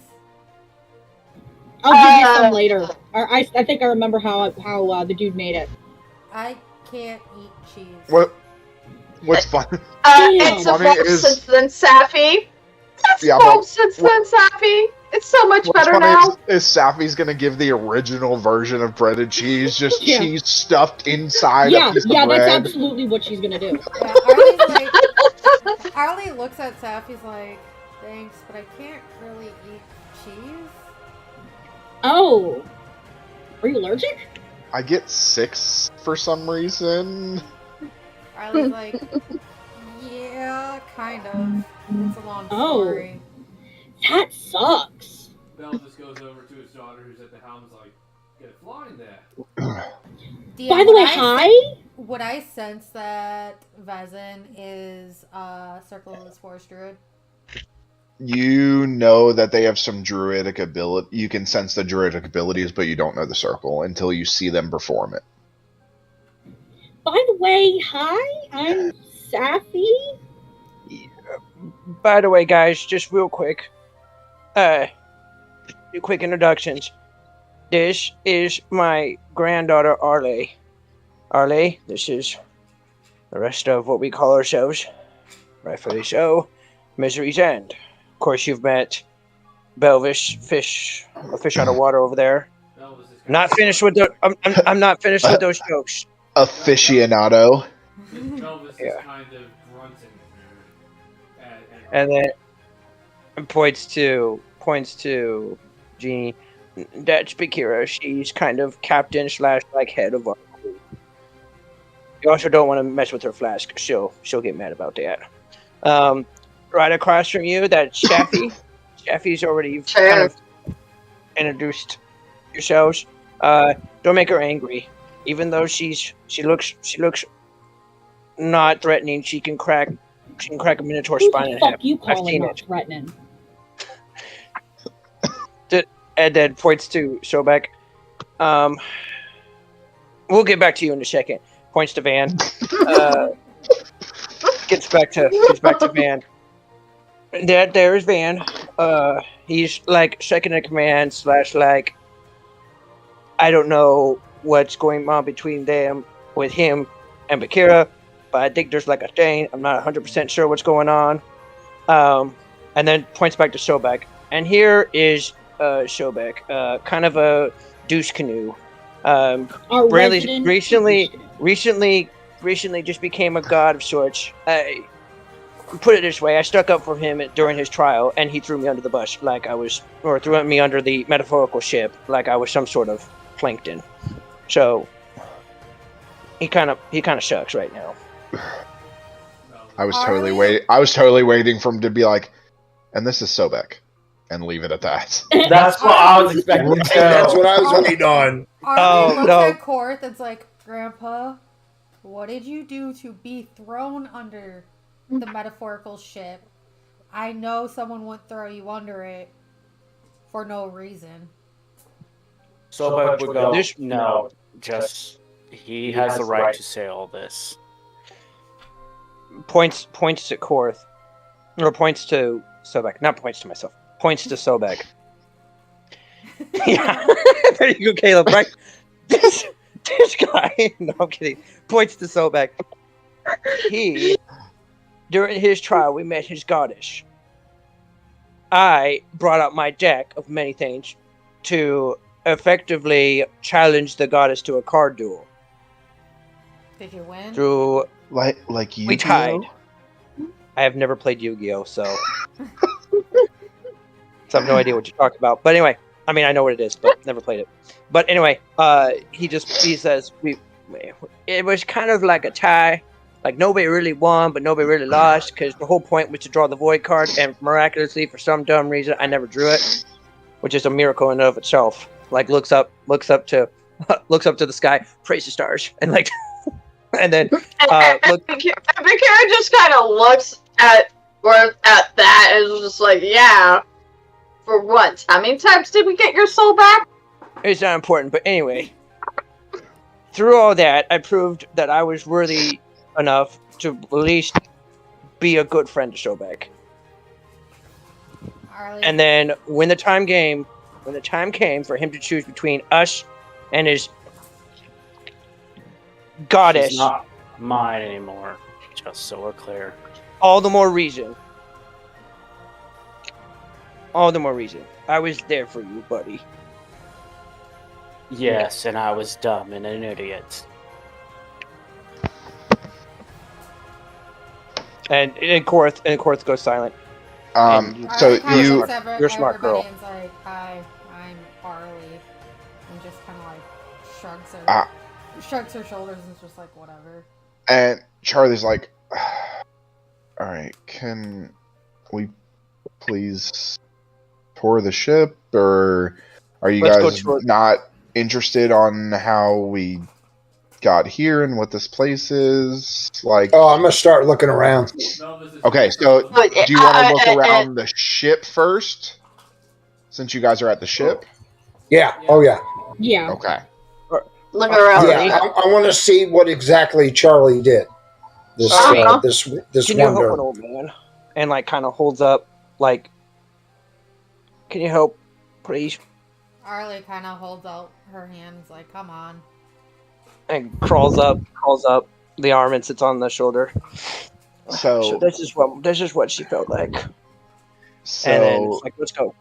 You guys begin to walk through, and you hear some like hammering going on. Belvis kind of hears it and looks at Charlie and says, "You still working? You get somebody else here in the ship?" Oh, yeah. Some of this ship, some of the pieces of it are from the original breaded cheese. I kind of salvaged some as kind of a nod to it, and I kind of found something else. And Bakira, literally, runs to where she hears the hammering. the hammering stops, and you hear, "Oh my God! I need some wood!" And you guys see the familiar little carpenter. Bakira literally runs and actually, hugs him. Like, oh my God, you're alive! I thought everyone was dead. Where? How? What are you doing? How are you? How are you alive? I searched the ship. Everyone's dead. How are you here? I wasn't on the ship. I was like, where were you then? What? You weren't? I was getting supplies to fix it. So, they just left you? I don't know what happened, but, wait a second. Looking around. Something's different. A lot of things are different. I just want to point out Arlie does look kind of like a cross between Korth and Atheon. Where's the Minotaur? Belva's Bakira kind of looks to them. He grabs Korth and just holds him up and is like, that is Art? the Minotaur. Arlie Speaks. grabs Ari, kick him in the nuts. Korth and puts him back on her shoulder, grabs Balthus' shoulder, turns him around, and just takes her knee and rams it as hard as she can into his groin. And then, no. And then, he speaks in Gnomish to Korth. Oh. So you've been wanting me the whole time. Yeah, I just figured this out myself. Arlie responds. Yep. Yeah, Arlie You responds. owe this fucking dirt. Arlie responds. Yeah, and Gnomishn's like, he kind of is, but not really. You watch your mouth there, young lady. Otherwise, I'm gonna have a strong conversation with your mother about how to properly raise a child. I did not raise my grandchildren to be this rude. He starts muttering in Infernal. Fucking gnome speaking Gnomish that nobody else can understand. And Just- in common, he says, "Oh, I'm glad I'm not the only fucking old one here. You got that right. I think you're older than me." Ah, Belva's What? picks himself up and is like, it's good to see you, though. well, I finished the last of the ship. It's done. And I'm gonna go to my room. And he just, pitter-patters past you guys. Arlie Up the and- top deck, and then down to the other side. Before he leaves, Arlie's gonna shout in Gnomish, "Grandmother would be happy that you're alive." Okay. And so you guys take and continue, you go down the stairs into the first deck underneath, and it looks like a tavern. There is a full-on bar, there is tables set up, and then just to the other side are actual rooms. And there is 7 rooms there.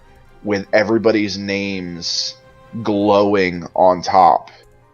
So, like, DM, so, like, and just if anybody out here is uncertain any Navy or Coast Guard, this is, like, the ward room, and that's, like, the officer country, basically? Pretty much, yeah.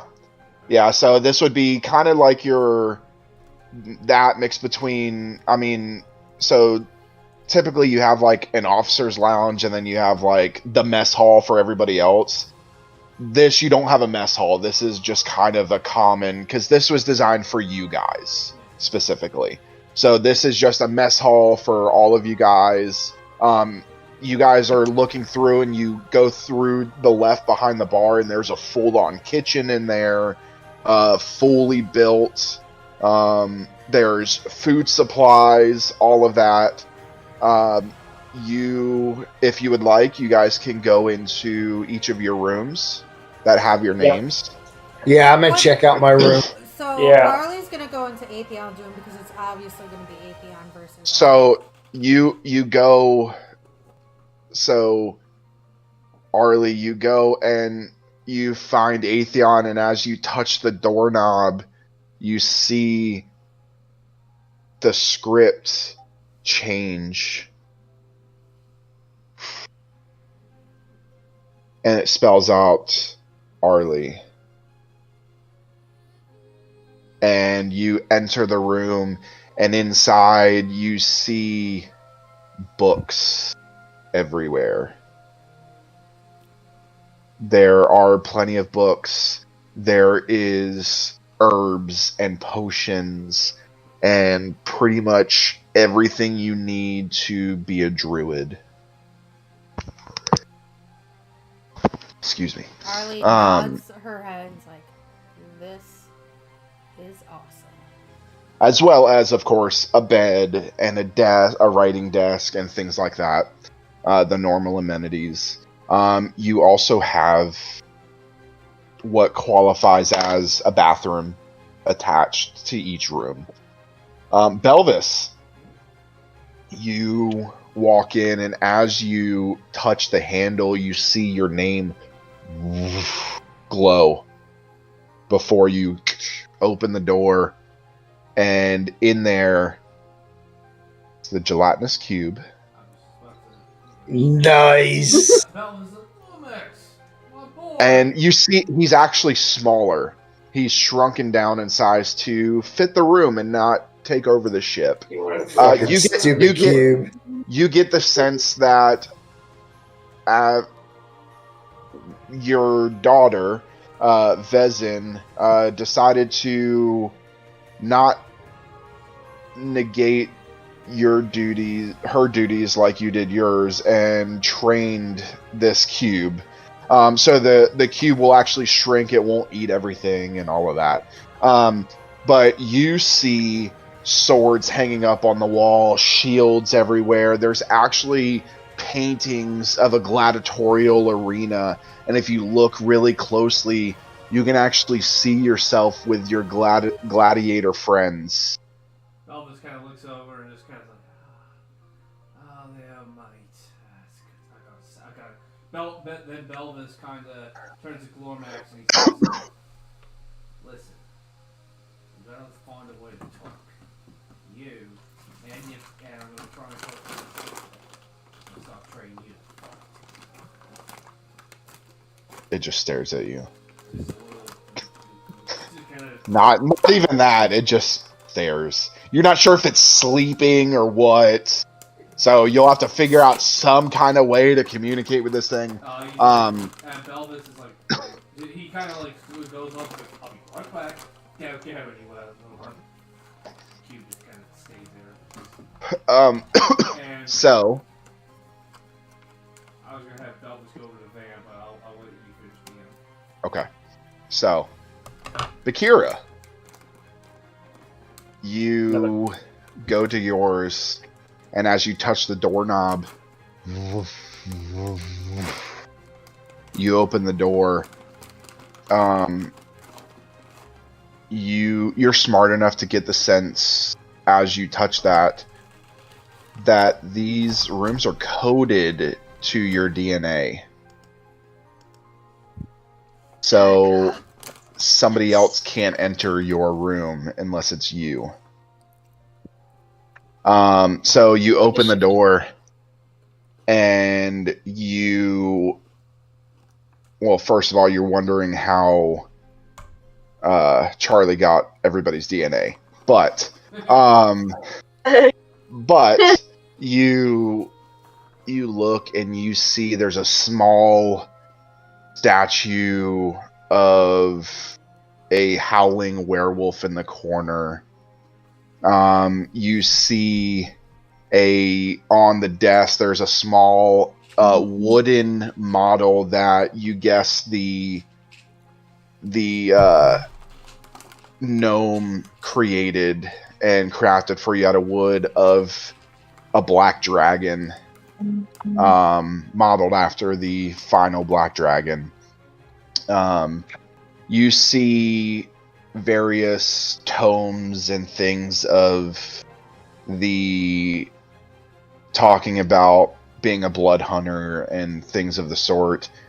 And then finally, hanging up on the wall, you see the sign that says breaded cheese. The piece of wood that had fallen from your ship is hanging on your wall. Bakira just kind of smiles and it's just like,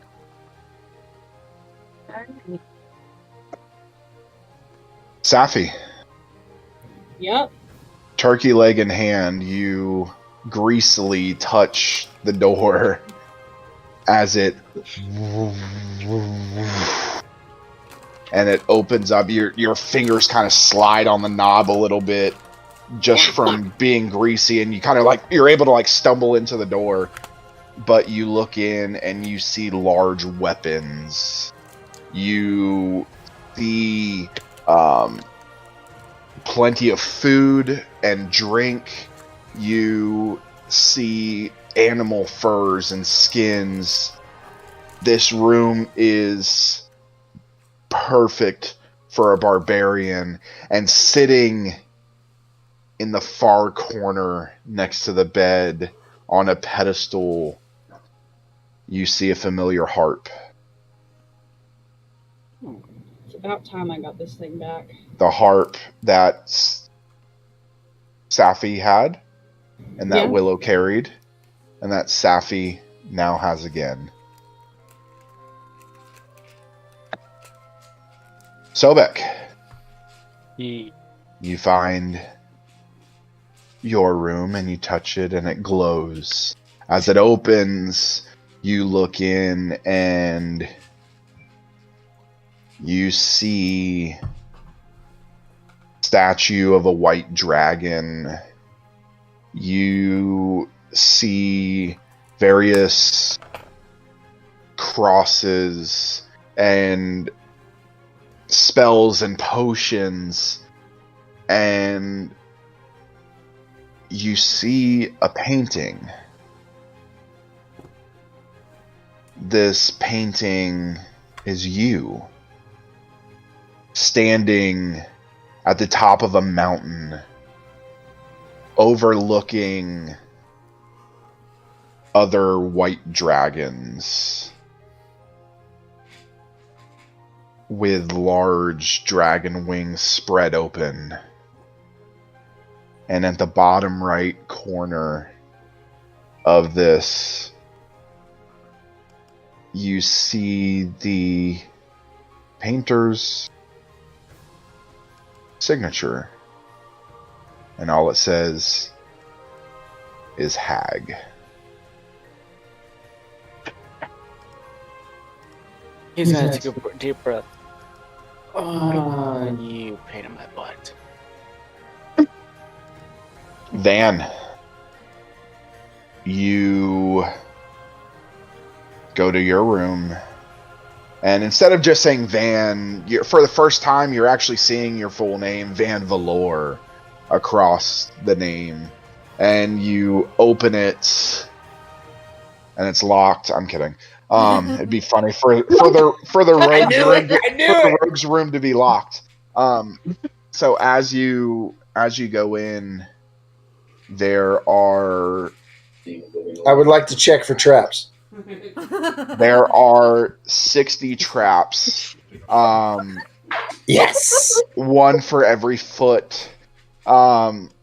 You, as you look around, you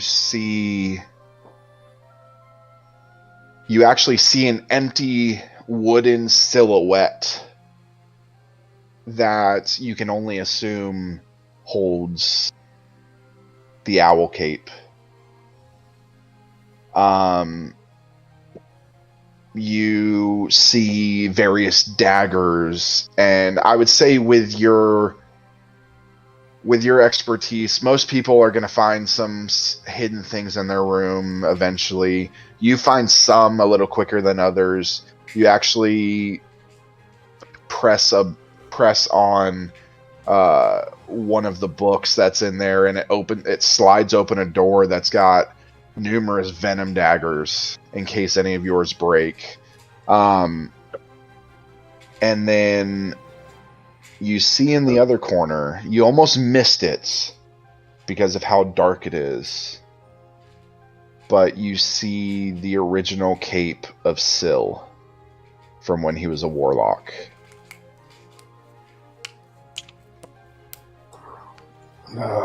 Charlie, you little shit. I will. Korth. Oh, go ahead. I'm going to take the cape and put the cape on. Okay.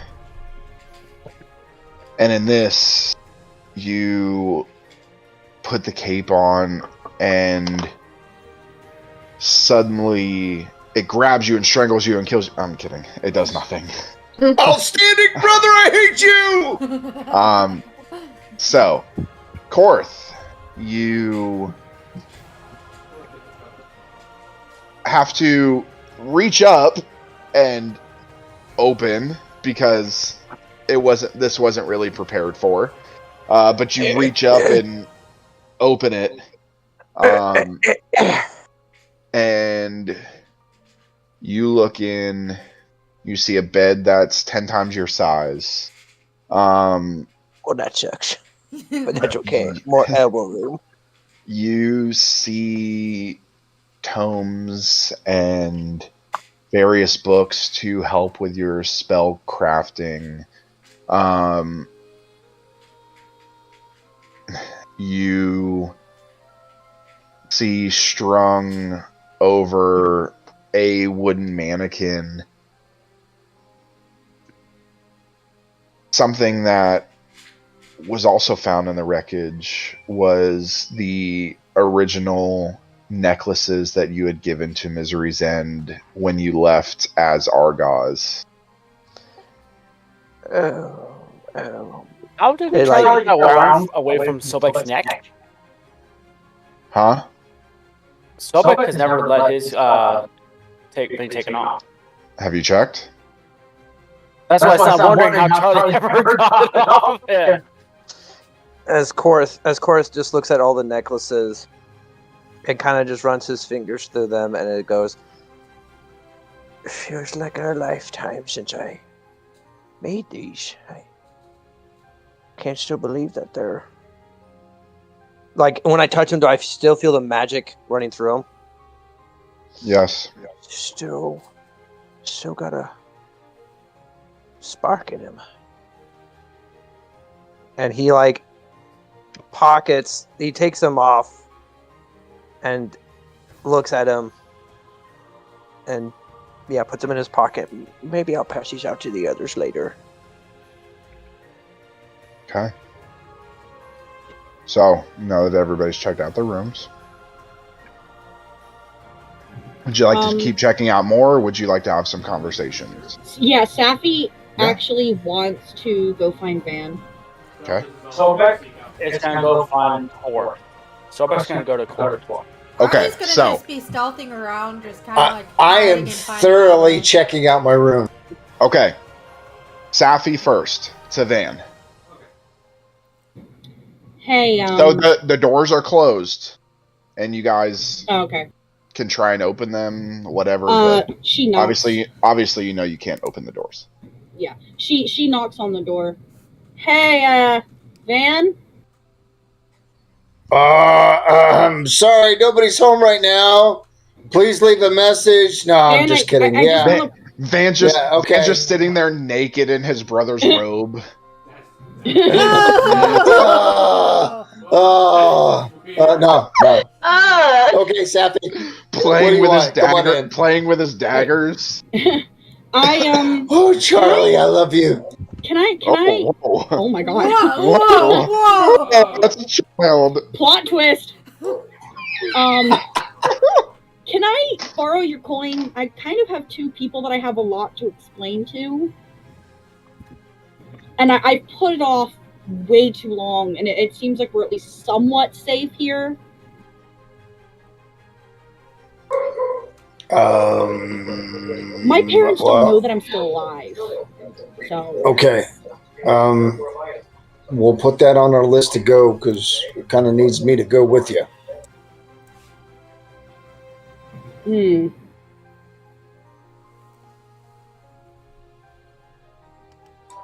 But if it's that important to you, we'll do it post haste. How about that?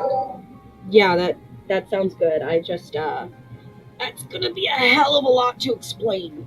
I mean, they knew the accent was fake at least, but like, oh, that's a lot. No, I get it. All right, let's make sure everybody has what they need and prepare yourself, and we'll plan on taking care of that.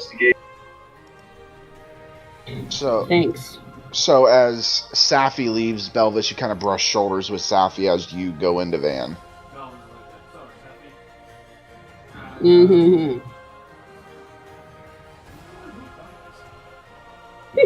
It's just Sappy. She's like, God, I have a lot to tell my parents. Belvis kind of knocks and like, come in then? Oh, Belvis. I was so hoping that you'd come to my room alone. And yes.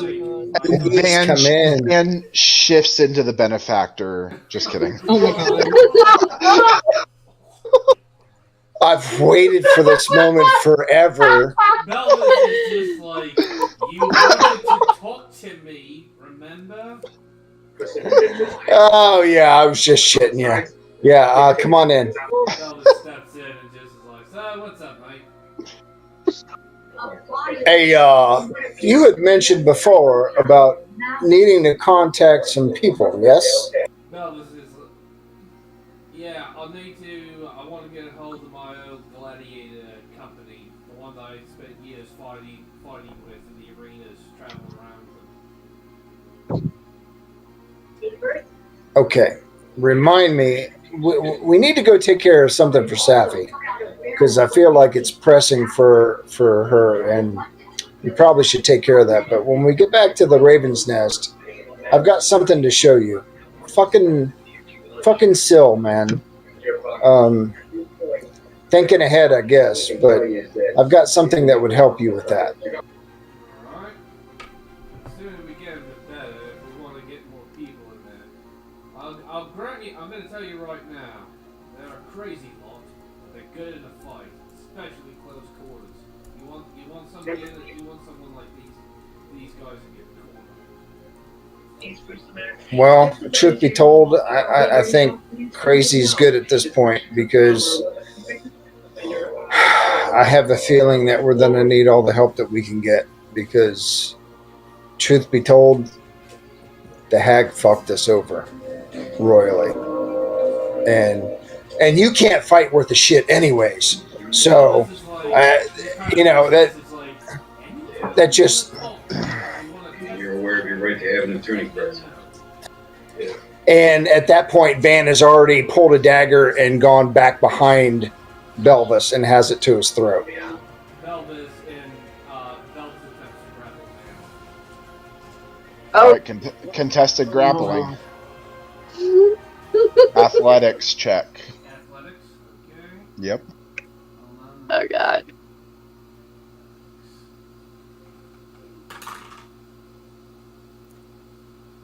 Uh, 29. 30, 29. 31.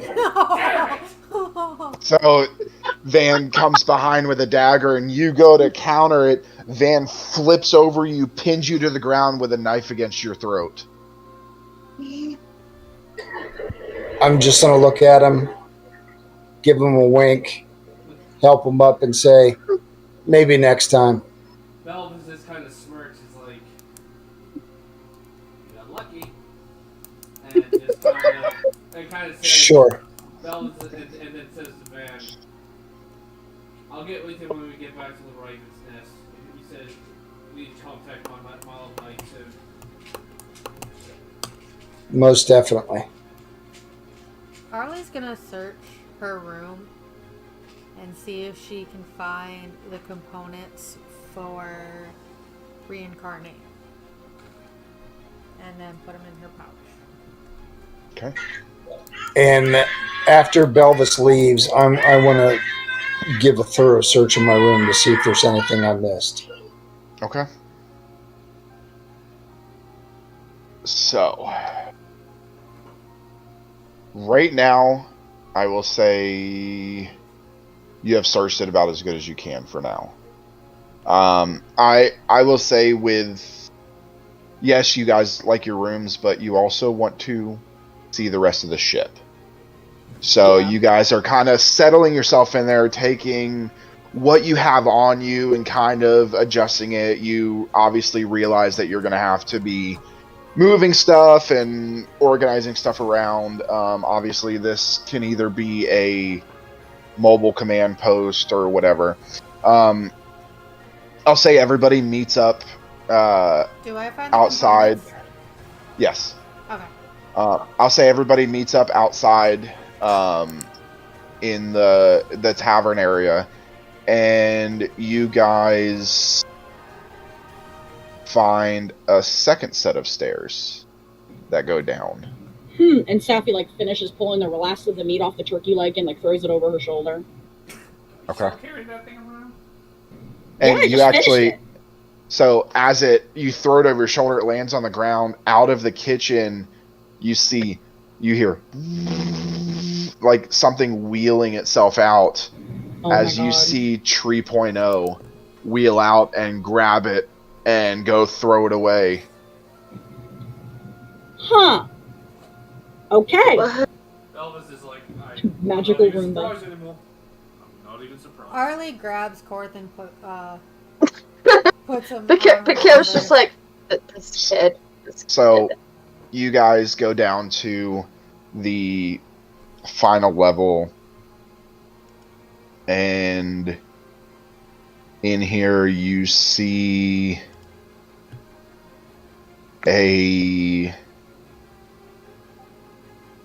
basically a large half circle table with chairs sitting behind it, and then there are chairs, about 3 rows of chairs across from that, facing that table. Obviously you guys remember how our stage and everything was set up in Swartor.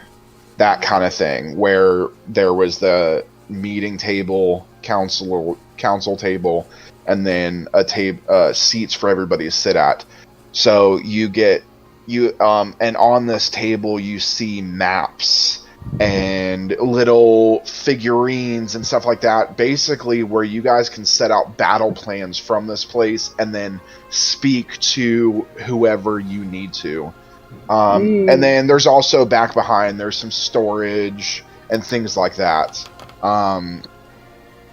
But I'll say for sake of brevity, you're able to make it through the ship. You see pretty much all of it. There are, on the other side, there are some crew quarters. There is there's actually a small arena inside to practice sparring. And you can actually, in this arena, there is a mechanism on the wall that if you hit it, a magical, this orb that kind of scares you at first because it looks like the orb of Zophos, but it's a little bit smaller. It comes down and envelops the place in a magical barrier to where the magic users can practice their magic without damaging the ship. Nice.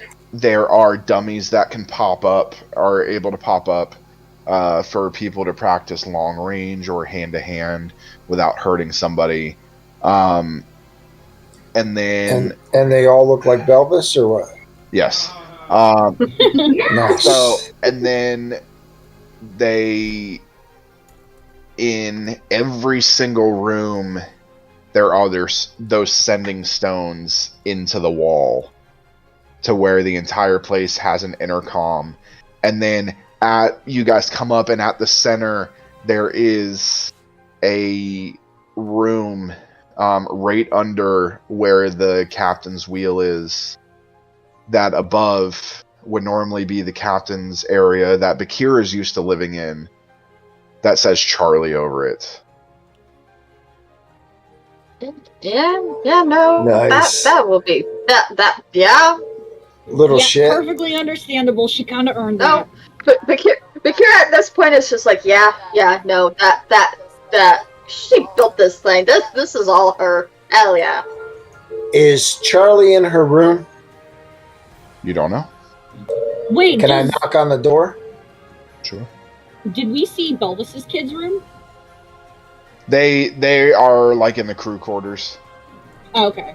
They're kind of part of the crew. I mean, the gelatinous cube is in with him. You get the sense that Vezin is probably staying with Charlie because they've become really close friends. Yeah, I just wanted to make sure that she wasn't going to be singled out. Yeah, no, Charlie won't forget Vezin. They've grown pretty close. But yeah, you can knock on the door, and you hear, and the door opens on its own. Charlie, it's Van. Is it okay if I come in? Yeah, just watch your step. I don't know if all the traps disarmed. I'm a fucking rogue. I'm not worried about that, and I'll just walk right in. Roll a dexterity saving throw. At disadvantage.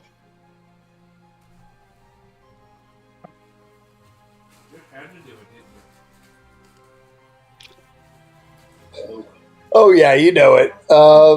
22. You blow up, the ship blows up. I'm kidding. Outstanding. I knew it, Charlie. I knew it. And pressure plates. She was just fucking with you. There's no traps. There's no traps. So you're able to. It kind of walks down a little bit, and you get the sense that this room's rather large. It's bigger than what Bakira had. This room's rather large, and it takes the shape of where the wheel is, that whole upper deck. And Charlie's sitting there at a desk. Looks like she's drawing some plans. Charlie, outstanding job. You've outdone yourself. Thank you so much for your efforts. I'm sensing there's a but here. No, not at all. First of all, I want to make sure that you have everything that you need.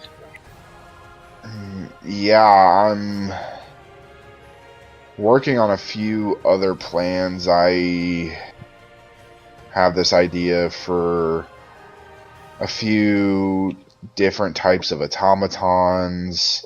I want to revamp Tree. I think I can figure out a way to mass produce these ships. I also had, this one might take a while, but I had an idea to build a building or revamp this one. Interesting. Well, you know, I don't have to tell you anything you need. It's at your disposal because you've already accessed the money anyways. So it's yours. Do with what you need. I mean, being a rogue, you probably should have secured the place better. Yeah, I know. What you I mean, do? I'm pretty sure locks are kind of your thing. It shouldn't have been so easy for me to build something to destroy that lock and get in. But, I mean, the door was technically open after I broke the lock, so... Well, maybe I wanted you to have access to it. But, that being said, the whole intercom thing that you did, fucking brilliant. I love it. My question is, can you do something like that on a person-to-person level? Like a pin, an earring, something of that nature, where if any of the party is separated, we can message each other. You already asked that. I thought. No. Oh. Did Syl not tell you when he showed you that he was the Raven King? And you're like, what the? You're No. like, what the fuck? Like, you didn't realize that Charlie knew all of this. And wait a minute. How do you know? And I didn't know. I knew that Daff was god of the Fae. Anyways, yeah. I'm a lot smarter than all of you. My intelligence is like a 19. And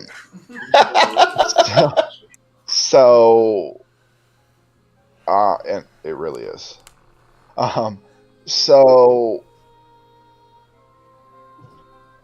the pins that your new Raven pins that your brother gave you, I kind of designed those.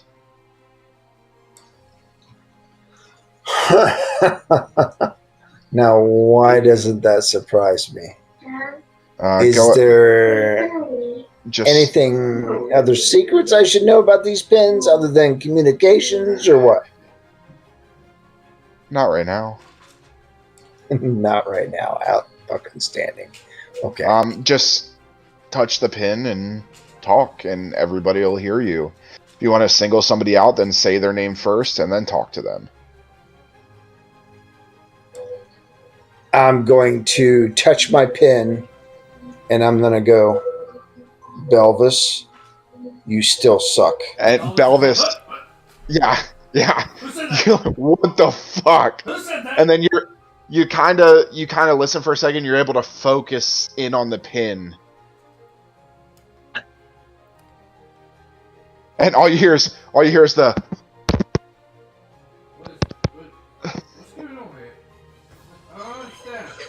So Van, as he's hitting this, you hear, I don't stay. So wait a minute, does that mean everyone else is hearing this stuff too? Yes, because you didn't focus on it, so everybody's hearing that. Arlie wouldn't hear it because she doesn't have a pen. Arlie, correct. She would hear it through course. Bakira gave her pen. Bakira gave her pen to Charlie. She doesn't have a pen. Yes, you do. No. Yes, I do. That flower that you're carrying around. Of course it is. Yeah, exactly. So Kira's like, that's a flower that's speaking now. Yes. I was just like, what? I will look at Charlie, nod. Thank you very much, Charlie. If there's anything else you need, please let me know. Oh, I just got this delivery, and you look in the back, and there's this large rectangular flat piece that's like covered in paper. This delivery it says Belvis's name on it. Can you take it to him? Oh no. Why do I Do we happen to know who this is from, Charlie? I don't know. It just has his name on it. It will be my pleasure. Again, if you need anything, let me know. And I'll take the package and I'll start heading toward Belvis's room. Okay, and we're gonna go along with that. Belvis is walking around. He's still kind of like looking at his pin. Like, occasionally, still touches. Are you near your room? I'd say he's around the tavern area. Like. Okay, so you'll Van, you go down and you'll be able to see Belvis in the tavern area. Belvis looks up and Van is like, "Hey, something weird just happened. I could have sworn I heard your voice." I don't know, mate. I don't know. Maybe you're like going crazy. You know, I've heard that in stressful situations that people start hearing things, and you may want to get that checked out. Did Belvis pick up the sarcasm and the obvious that Insight check. Arlie's in the tavern drinking. I'm assuming Arlie can get drunk. insight? Nope. A 30, 22. Yes. You had to roll Yes, for you it. get You had to you get the roll for it. sarcasm. You get the sarcasm. Yes, she can. Belvis kind of just gets Van annoying look. Is like, "What have you been up to?" Of course, my deception's a 32, but you know, it's all good. It's okay. Belvis is It's kinda- obvious. It's obvious you're being sarcastic. Yeah, no, I wasn't trying to hide it. Belvis is kind of looking at Van, gives him no one look. Is like, "What have you been up to?" Oh, nothing at all. Oh, by the way, this package came for you. I don't know. It kind of has a sweet aroma to it. I'm pretty sure it's definitely something you're interested in. Belvis just kind of shakes his head and he's like, "Gods of the deep, of the ancient deep." He just takes. Let's open it now. We should open it now. No. Let's open it now. This is my room, and I'm going to forget this thing even exists. Yeah, he wants to observe in private. All right, come on. Let's go. Let's go take it to your room and open it. You're not going in my room and looking at whatever. Arlie's You just. must know. Fine. Belvis just flops it down and opens it. Okay, so you rip it open. Paper goes flying. You see this immaculate oil painting of this man with slicked back black hair laying down in front of a fire with a leopard skin over his lower body, oiled up. And it says, to Belvis, with all my love. DM, is there a spot on the wall for this to go? Belvis attempts to grab it and runs away with it and throw it overboard.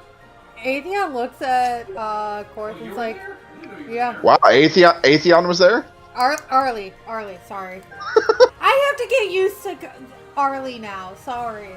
Arlie looks at Korth and she's like, Grandpa, who is that?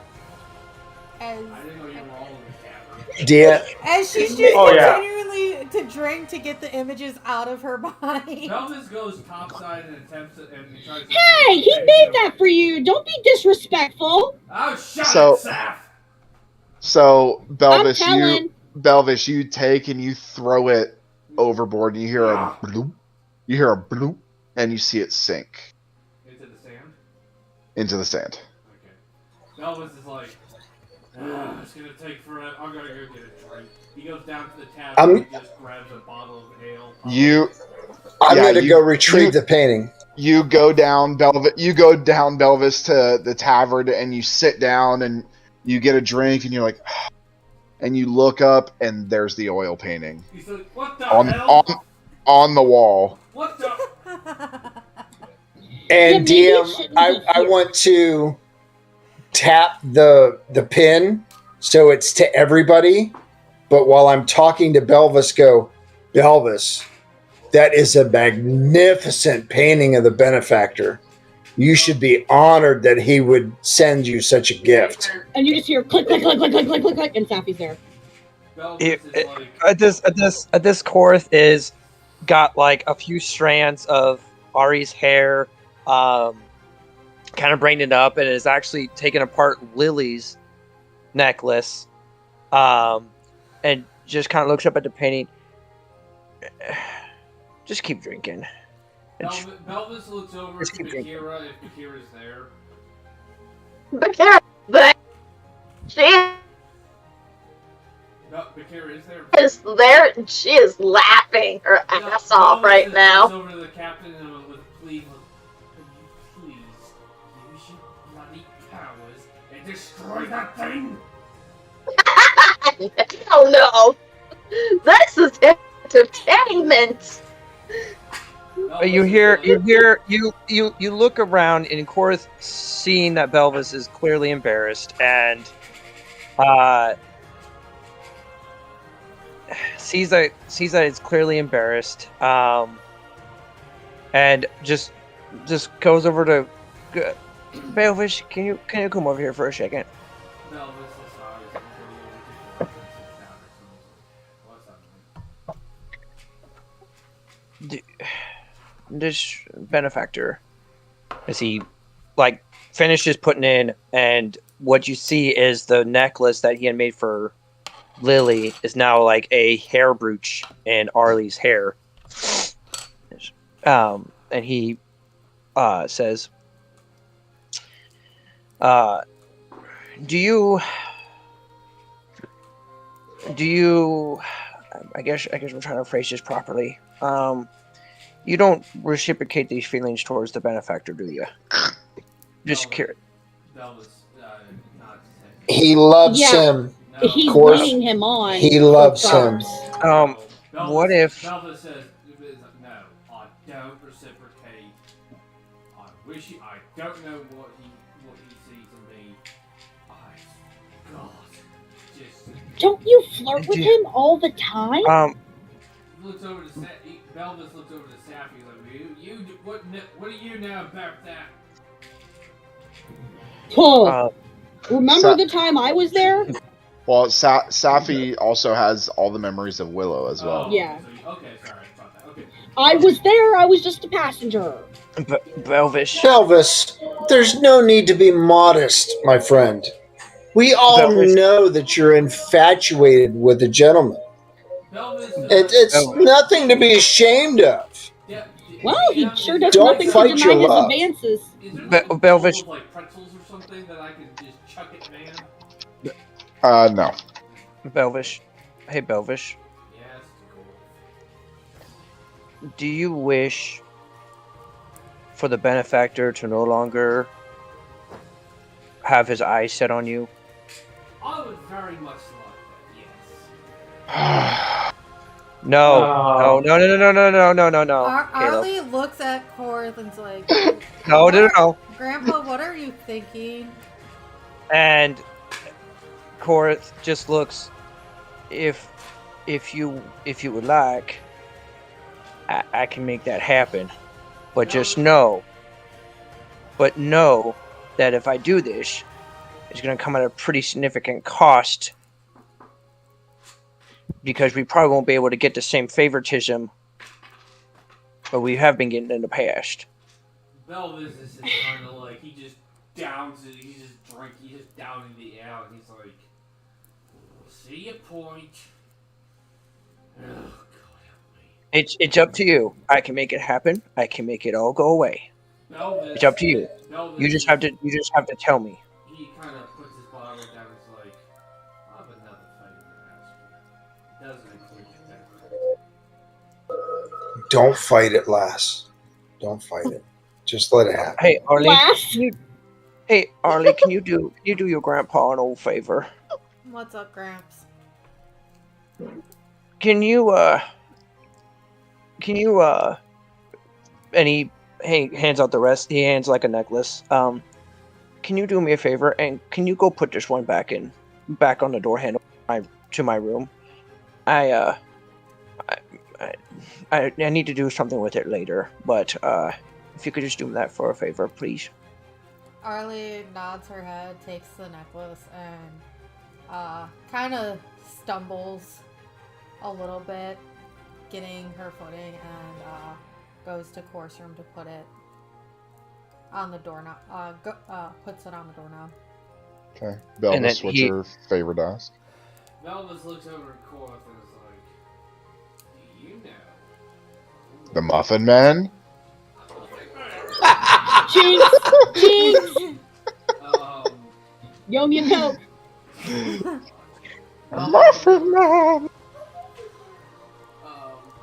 She's married to the Muffin Man. Looks over to Korth and is like, I need to be able to talk to Korth. My gelatinous I need to train him. Adopted? You gave birth to that thing! You Belvis did. looks over to Bakira and says, Captain, I'm having a private conversation here. Go back to your alcohol. He came out of your mussy! No one asked you, Saf. That was a weird word. Arlie comes back to the tavern and continues drinking. Belvis looks at Korth and is like, can you do that? Is that something you can do? Give me 1 second.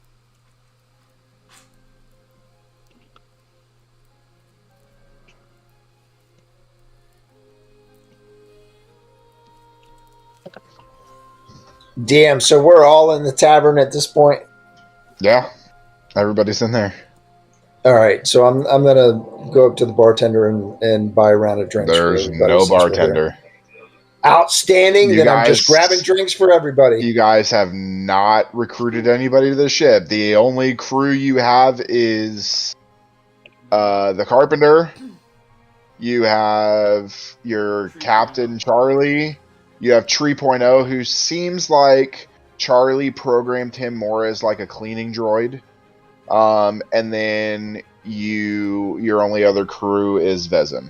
Okay, so I'm gonna start filling up glasses and shout out to Bakira, "Hey, Cap, we may want to hire some crew. Just saying. Here's some more drinks." The And I captain pass of them the out. ship no more. That goes to Charlie. She's the one who built it. She's the one who captains it. Korth looks directly at Belvis. You really want to establish like a connective link with your goo to train him and to fight him and turn him into a soldier, correct? Belvis leads in, he's like, he's not you, he's a living thing, and he's not sucker. So you, just remember that, and you'll all correct. Guys, we're kind of forgetting about an entire place. Like where we are, where the ship is. We haven't explored that. We'll get to that later. Takes a drink and it's just like, you know what? That's a good point. I'm going to go explore the rest of this place. Korth looks at. I'm gonna go with Belvis. Bakira. Korth looks at Belvis and says, just very calmly, "So you wish to turn your living son, being of a son, into a soldier that would be willing to listen to you and to train to fight. Is this what I'm getting?" Yes, I wanted to be able to talk to him and help him and start teaching him how to fight and everything that I want, everything that I know. That's what I want to be able to do. You hear Korth like just sigh, and he goes, "All right, you asked for it." And he cracks his head a couple of times before cracking his knuckles. And he looks and he casts Wish. I I wish for Belvish's gelatinous cube son to be able to talk to Belvish and to train to become a good soldier for Belvish. Okay, roll a d20 and add your spellcasting modifier.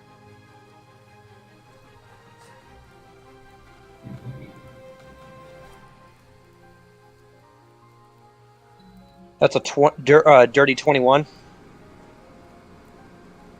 Okay. And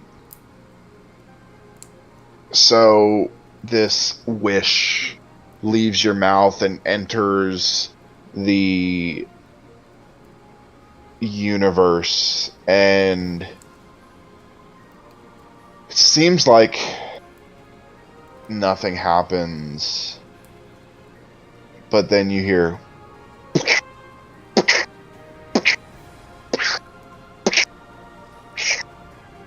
and up behind you, Belvis, is the humanoid form of the gelatinous cube. Face, he's still an ooze, but he has a face and arms and legs. Elvis just kind of says, And at this, Korth just told you there'd be a cost, and he topples off the bar. "What?" Elvis reaches. Oh. Goes Arlie- to catch him. Arlie reaches down and catches Korth and Okay. like kind of holds him and is like, "What did you do?" And as she's looking at Belvis, Elvis is just like, I just wanted to be able to talk to Glomax, that's all.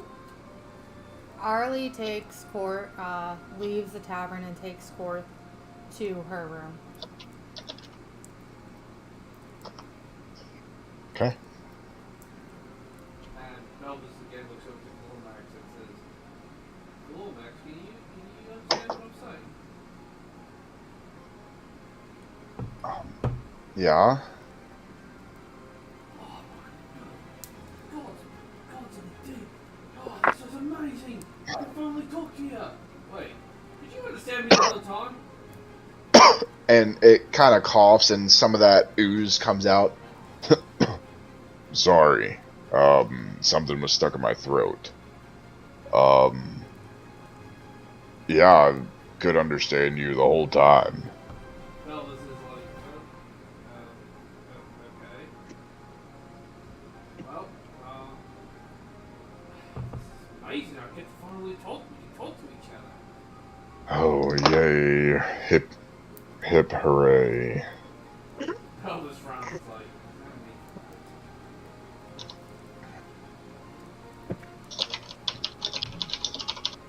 and he's like, alright, well, before you know, once you got some time, we can start trying to train you to get you ready to start learning how to basic fight.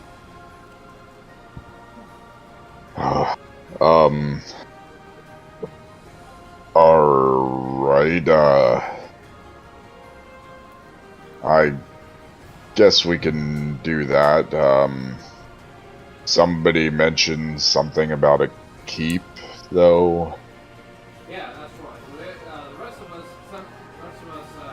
we're gonna go and explore the keep that we're docked to. You, I'll need you to stay here, help watch over Charlie, your sister, and kind of vaguely points where he thinks the 3.0 is, and make sure that droid thing doesn't, break something. Of course, and he's like, and I'll take care of this too. And he walks over to the painting, stretches his arms up, grabs it, and walks back to your room to go put the painting up.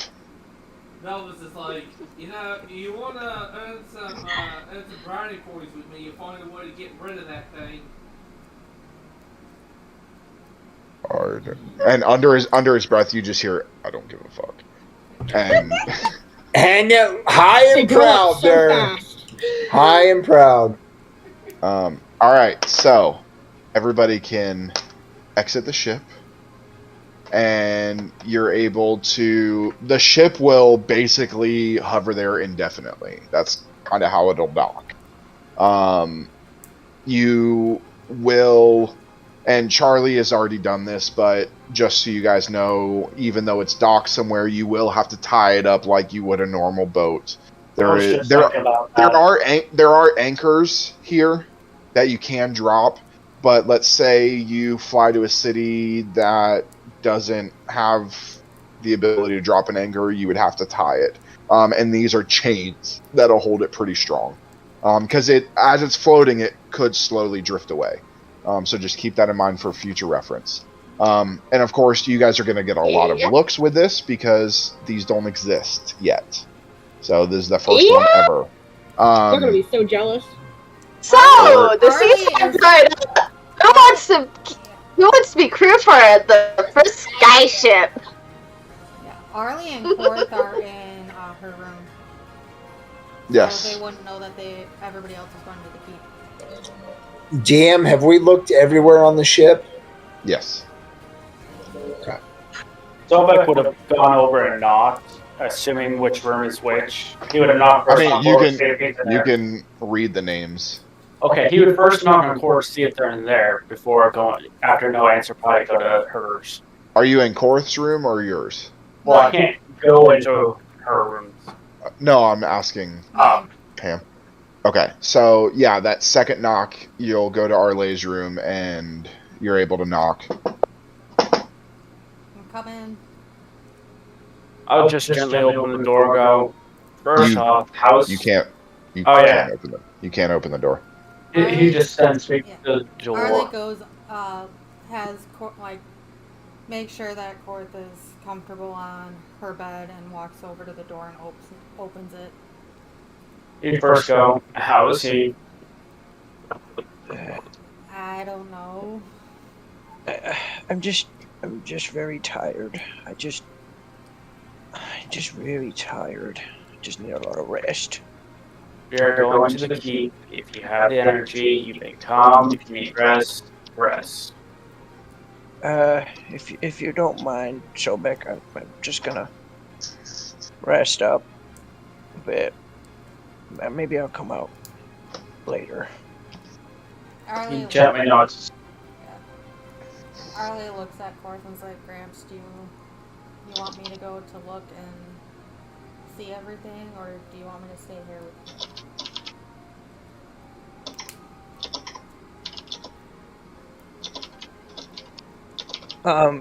He's just gonna look up at Arlie and goes, you can go explore the ship. That's fine. I'm not gonna be going anywhere. Arlie nods her head and is like, okay, and then she'll follow Sobek out and shut her door to make sure nobody can come in to disturb Korth. And at this, Korth will take out one of the other necklaces, and he'll begin kind of fiddling around with it, changing it.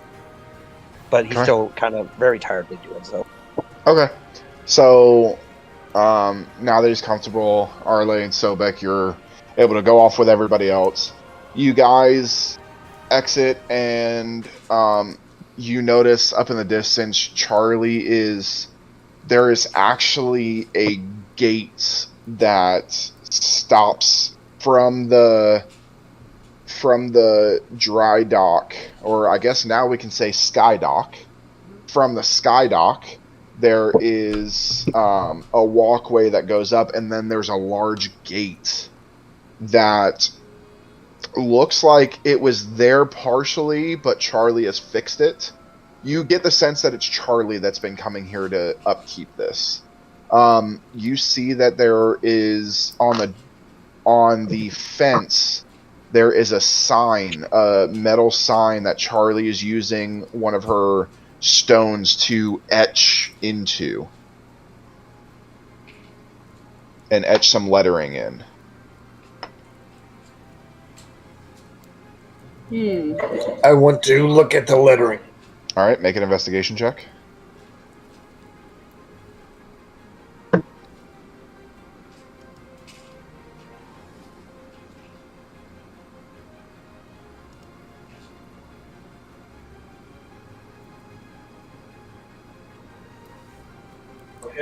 Dirty 20. You look and I'll say you all can see that you see School of the Adaptive Raven, and then up top you see the letters SOAR. SOAR. Wow.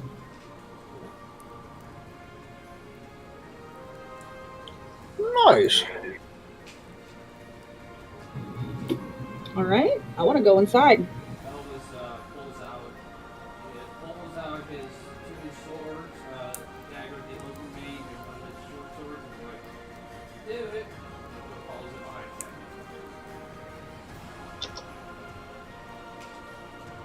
Harley's gonna go and follow them and go in. Okay, before we do that, Korth, roll me a d20, please.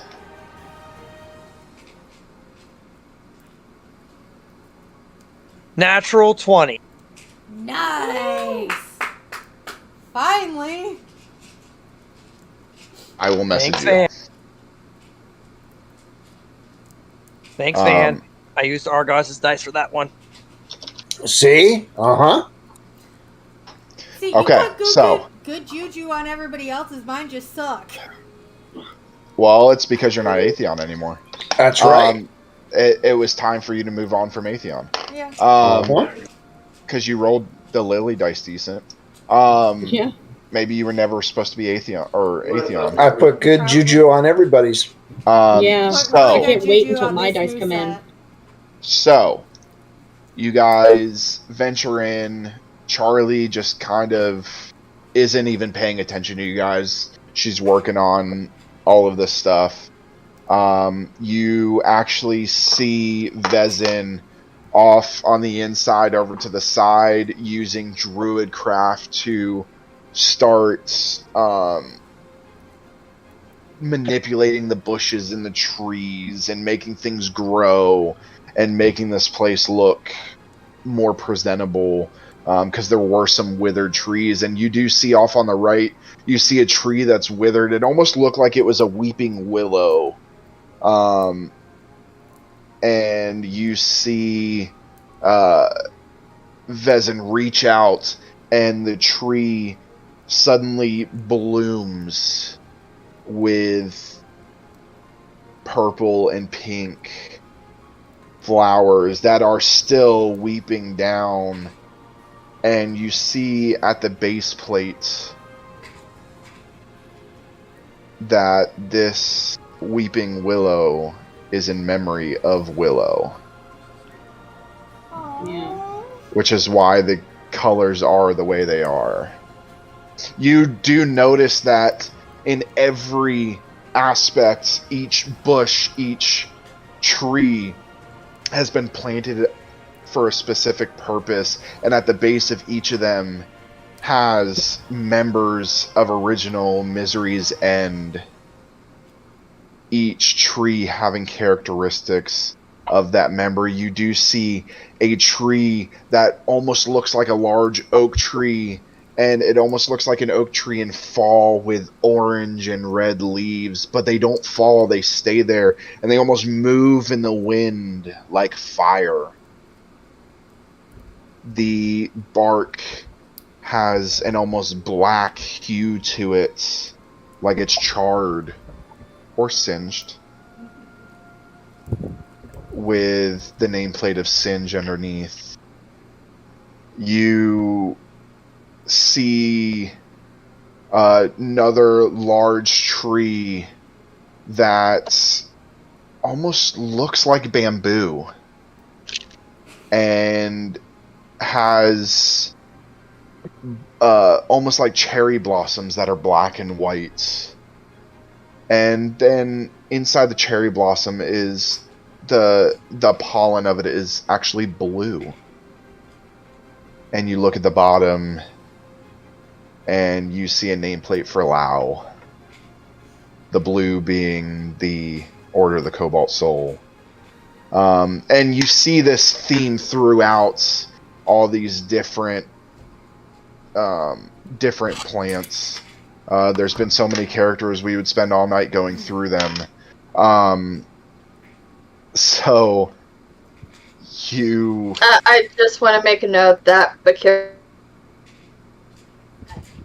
would have stopped and bowed her head at each and every one of them. Okay. Having been through their deaths, having seen them gone. Yes, even Salik. She would bow her head even at Salik's. Yeah, and Salik's tree almost looks like a tree from the Amazon rainforest. I think the only one that would remember Moira too is Bakira. Yeah. So you see all of these, and I'm just gonna say for future reference, you will learn later on that somehow, you don't know how this little girl does this, but all of these trees were planted with the ashes of those that they are in memory of. As you walk up to the entrance, you see on either side these large statues that are of the Raven Mother, the original Raven Mother before Syl. You guys see the entrance to the keep. You're able to... Who's in front? Belvis, I believe? So Belvis... Was it you or was it me? No, I think it might have been Safi. Okay. So, Safi, you're able to just push open these doors that actually, like, have almost like a cloud of dust where you can tell that the girls haven't quite made it this far into revamping whatever they have planned. So this dust kind of hits you in the face. You're sneezing. Arle, you're sneezing. Your allergies are flaring up. And like Arle's now, you got like this stuffy nose. You're like, fuck. But you still don't give a shit. No. And you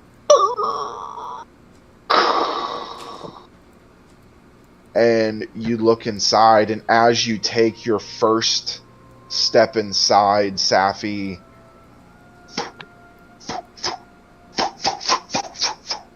all the way down these almost like sconces on the wall light up with blue flames all the way down, and they light your way.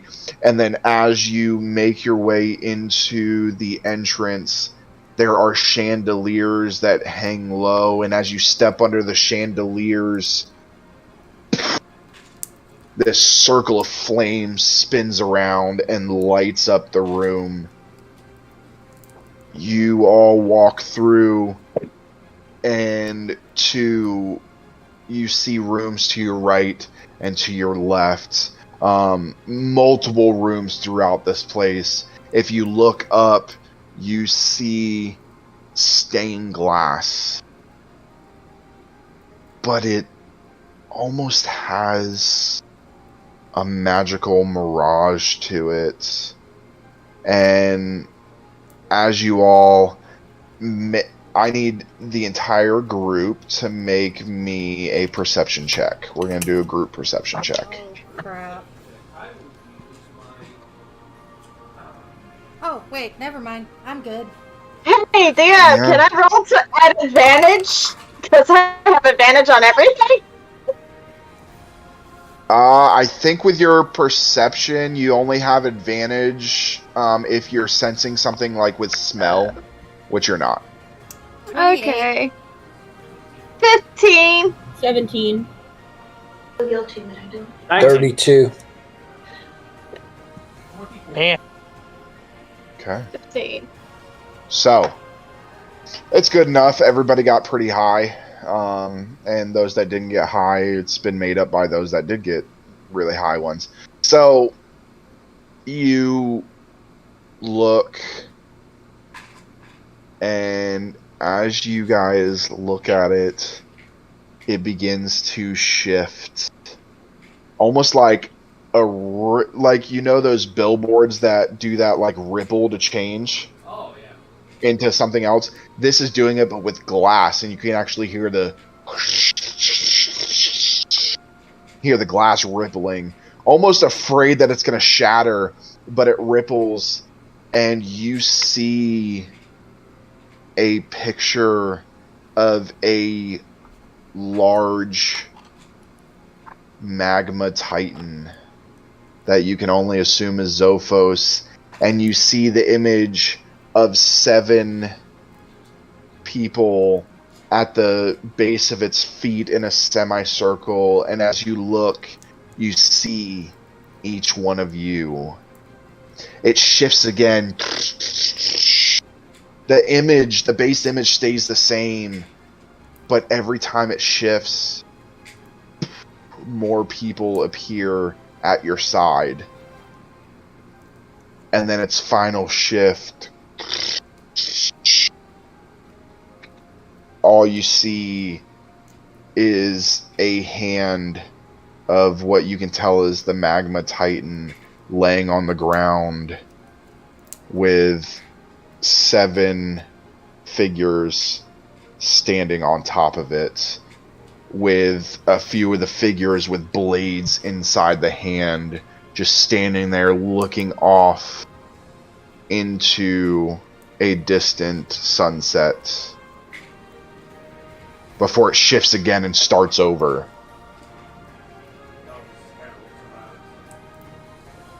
Prophecy. Great. How old are these ruins? Somebody wants to make if somebody wants to make a history check, they can. And it's just like, I want to do a history check too. I'll say if I got +1. Van, if you do one, you can do it at you still got advantage. those flying bolts. 18 plus 8. All right, I'll do one at advantage then. History, DM? Yes, history. Van does it with advantage. What'd you get, Belvis? Huh? Okay. Van, you get it at advantage because this is part of the Black Ravens. And you're the longest member. 25. Okay. Actually, Safi rolled higher than both of you. Yeah. Safi rolled a 26. Well, my history's not high, so. So, you're compared to Arle here, your stealth isn't I have high either. proficiency in history. Yeah, your stealth isn't high. I think at from being a all. noble. So, just so everybody knows, Van's stealth is a +10. Arle, who is only a level 3 rogue, is a +16. Damn. Jesus. Fuck. Well, Yeah, Safi remembers her like noble private school stuff. maybe more y'all should let me build your characters. Oh yeah, we should get together about next campaign. Because I build them strong. Anyways, so I'll say collectively, the 3 of you, I will say Belvis and Safi, you get this by looking around, looking at the age of the stone and all of that. There's some cobblestone in there. There is some marble placing in some areas. Van, you would get this just from knowing a little bit of the history of the Order of the Raven. But this is the original keep of the Order. This keep was built by the Raven Queen herself when she created the elves and created the Order. And it has been handed down from keeper to keeper, which is what the leader of the Black Raven is called. He is called the Keeper. He is literally the keeper of the feather. is what the leader is called. And it's typically handed down by lineage. Therefore, although Misery's End sees Bakira as the leader, the next in line leader of the Order of the Raven is in fact Van. Because it came from Syl. Before that, it was Van and Syl's father. They have different mothers, but the same father. And it's always handed down to an elf. It never leaves an elf. This is the first time that the Order of the Raven has been handed down to a half-elf. To somebody who is not pure blood. But there's nobody in the Ravens left to dispute that. They're all kind of dead. So, but you kind of get this history of this, and I will say, for sake of brevity, the first few rooms that you go into are archives. And these archives, you guys are able to kind of pluck some books out and learn the history of this. And you do learn that basically the lineage makes it fall to Van being the keeper of the feather. And you get the sense that this keep is probably about 2,000 years old. And it had a prophecy with us in it. You don't know if it's you. You just saw 7 figures. Maybe it's like a past thing, like more ravens in the past. I don't. There are other rooms to explore. There's stuff that you can do. It's all yours. So I'm just gonna go try to find a chapel. Do we know if any of the current, I say current because our predecessors, the ones right before us, had any knowledge of this, or other than Syl? You know that Syl did. From what you can tell, they knew about this place. They didn't use it much because when Syl took over, so you remember that growing up, you remembered that the Ravens were strictly elves. When Syl took over, when your father retired, your father, upon retirement, because of meeting your mother and falling in love with a human, kind of changed his ways a little bit. He wasn't as uptight. So he did retire because of that. And so when Syl took over, Syl changed the dynamics of the Raven, allowing other races in, because Syl accepted you as his brother, being not part of the pure blood lineage. So his view was, if you're allowed in, why isn't anybody else? So he opened it up, and because of that, he felt and your father felt that it wasn't quite right at this time, with it being the first generation of Ravens that are of different races. It wasn't quite the right time for you guys to come back to this place. So he kept it secret from your predecessors. You had heard rumors about it, but you're quite a bit younger than Syl. So you were too young when your father retired to ever hear about it. So you had heard rumors, but you thought that that's exactly what they were. So with this, you are the first members of the Raven that are not pure elves to step foot into this place. Yeah. And we're definitely like the Okay. opposite of elves. Knowing I'm like a demon Knowing person. that- We have dragon people, fish people. and knowing my brother, I want to look around for something that he would have hidden or put in place, or something that he would know that only like me or somebody close to me or whatever would know. Well, I will say, if you guys choose to venture around, you can find rooms to live in. This Yes. is a very large keep.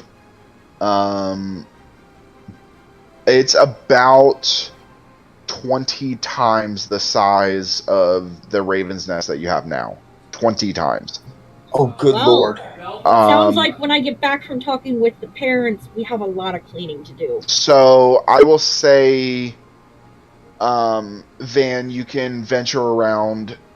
You go into the rooms and you're kind of looking, dust everywhere. This place hasn't been touched in probably about 100 years. Because again, elves live a long time. And your brother Syl has been in charge of the Ravens for the past 50 years.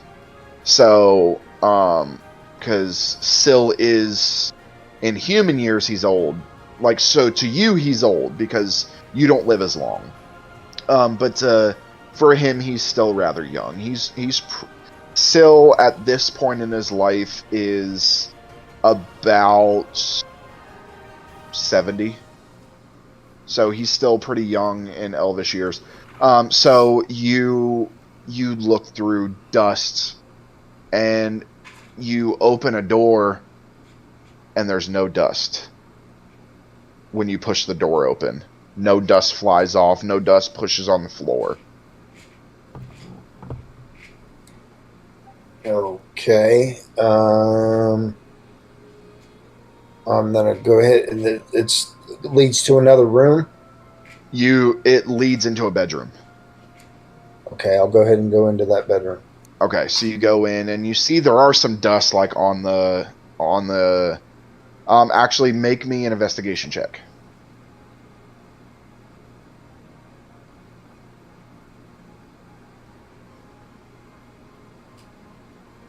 25. Okay.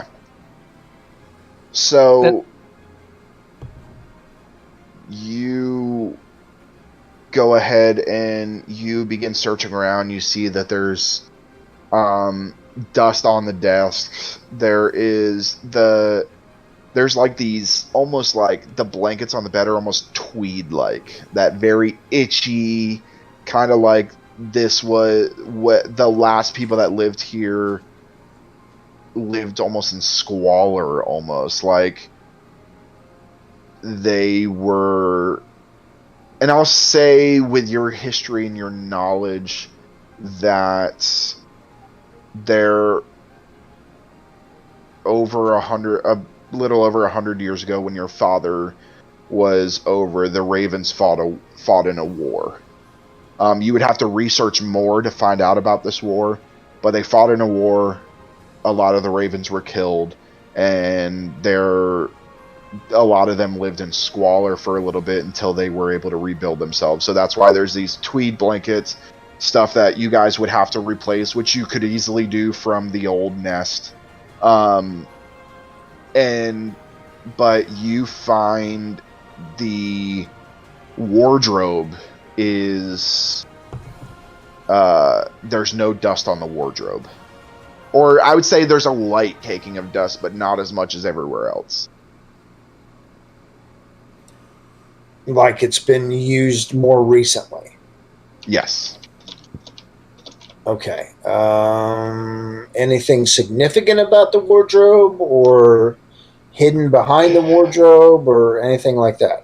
It looks like a normal wardrobe. I mean, it's pushed up against the wall. If you would like, you can try and move the wardrobe. but Yeah. I'll say as you do that, it looks like it doesn't budge. It's kind of stuck. Okay. But there are 2 doors that open in the front. All right. No, like hidden compartments or Not that buttons you or can anything tell. like that. Okay, I'll go ahead and open the wardrobe.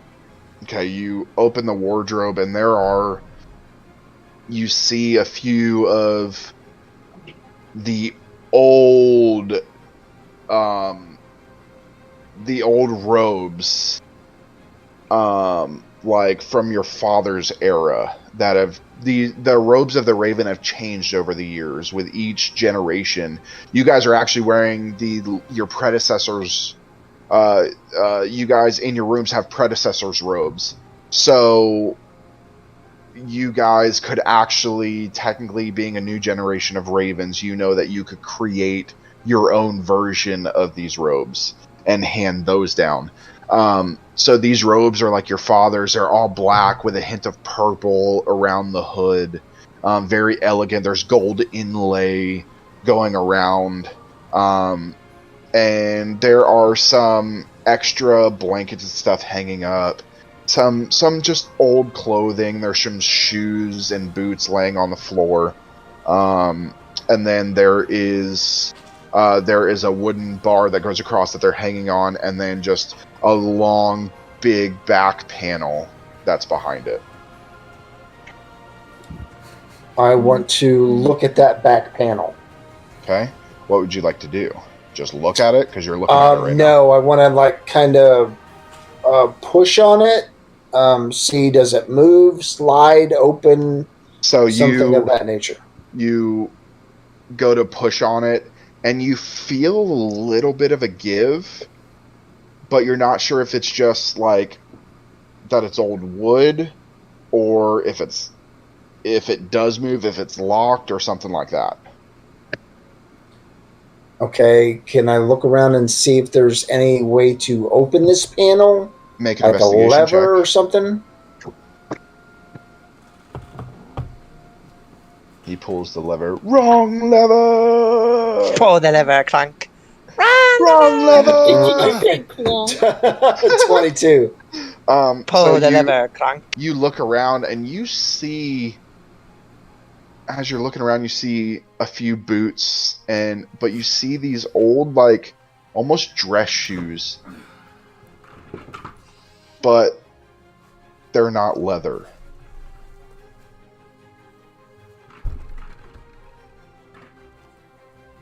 Okay. Which everything else here is made of leather. I will. Will they move? Can I pick them up or move them? Oh, or you go to try and pick them up, and they don't budge. Can I push them? You go to push them, it doesn't budge. Do they move in any fashion, twist or whatever? Okay, so you're able to twist, and you're able to kind of twist, but they kind of snap back together like the heels hit together.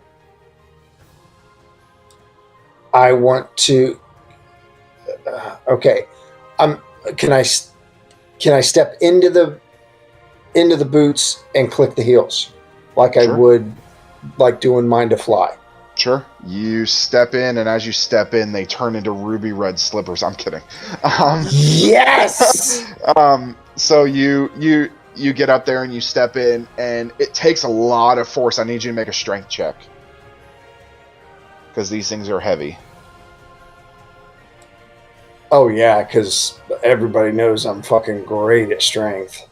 I mean, you probably didn't have to step in them. You could have just hit them a couple times, but you decided to step in them. So, well, you're gonna have to use your scrawny rogue legs to either way. try and move these. So it's going to be a 12. I'll say it's enough. So you good because I'm scrawny. Kind of, and when you do that, you hear. And you feel this draft come from behind you. Okay, I will get out of the boots and turn around and find the source of the draft. You open you see the draft, and you're able to, instead of opening it out like it doesn't swing, it slides. And there is a long hallway. The ground's made of cobblestone. There's a little bit of torchlight in there, but there's this long hallway, and it goes far enough to where you can't. It's pretty dark. Okay. So there's like no light. There's torches, but torches all the way down. Eventually, as far as you can see, and then it's too far, so it gets dark. Okay, I'll go. So you I'll have go to down the venture hallway. in for it to stay light. Yeah, I'll go down. And you do have you can see in the dark a little bit, so you're able to kind of venture in, and as you come in, these walls begin to narrow, and you're almost having to kind of shift your body. You get the sense that when this was originally built, so you're a little bit of a broader shape than a typical elf. So you get the sense that if you were a full elf, you wouldn't have to turn sideways to make your way through this hallway.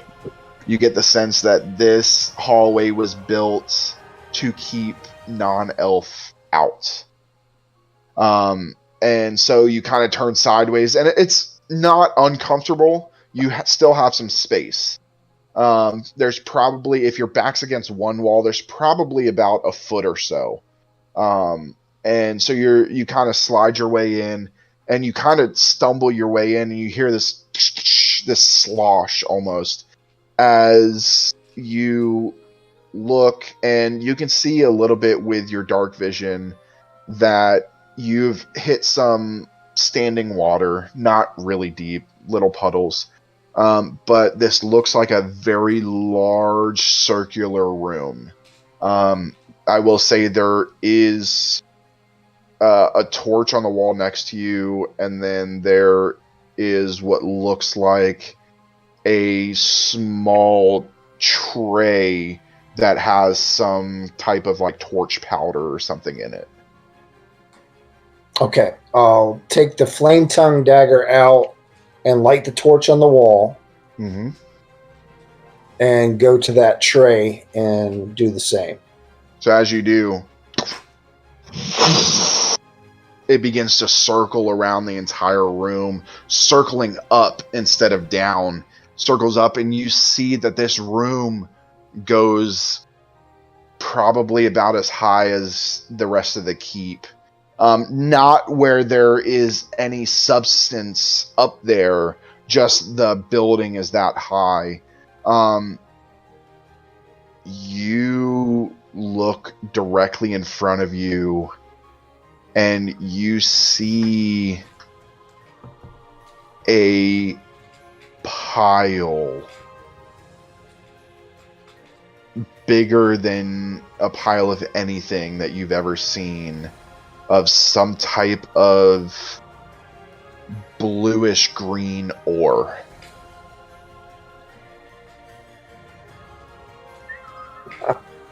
Bloody hell. And you don't know what this ore is. It kind of looks familiar, but not enough for you to know what it is.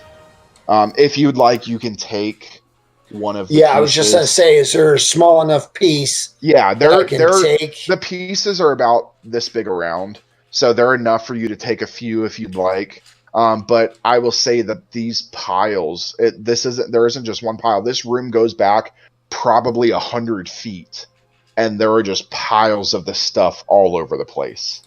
Okay, and it looks there's no dust on them, so it looks like it's fairly recent. So somebody's been mining and storing. Yes. Okay, I'll take a handful of the ore and put it in my pocket. Okay. And I'll try and figure that out. Get with Charlie or whatever. Is there anything else other than those piles? Nothing of significance. There's a few old statues of old ravens that this probably used to be back 1,000 years ago, used to be a crypt. But now you get the sense that it's been a storage room for probably the past few hundred years. Okay. I'm going to... Some gunpowder barrels, stuff like that, but that's about it. I'm going to look around, give a nod and a sigh, and say to myself, Brother Raven King, I sure hope you know what the fuck you're doing. And I'm going to go back out and try and find the rest of the group. Okay, and you can.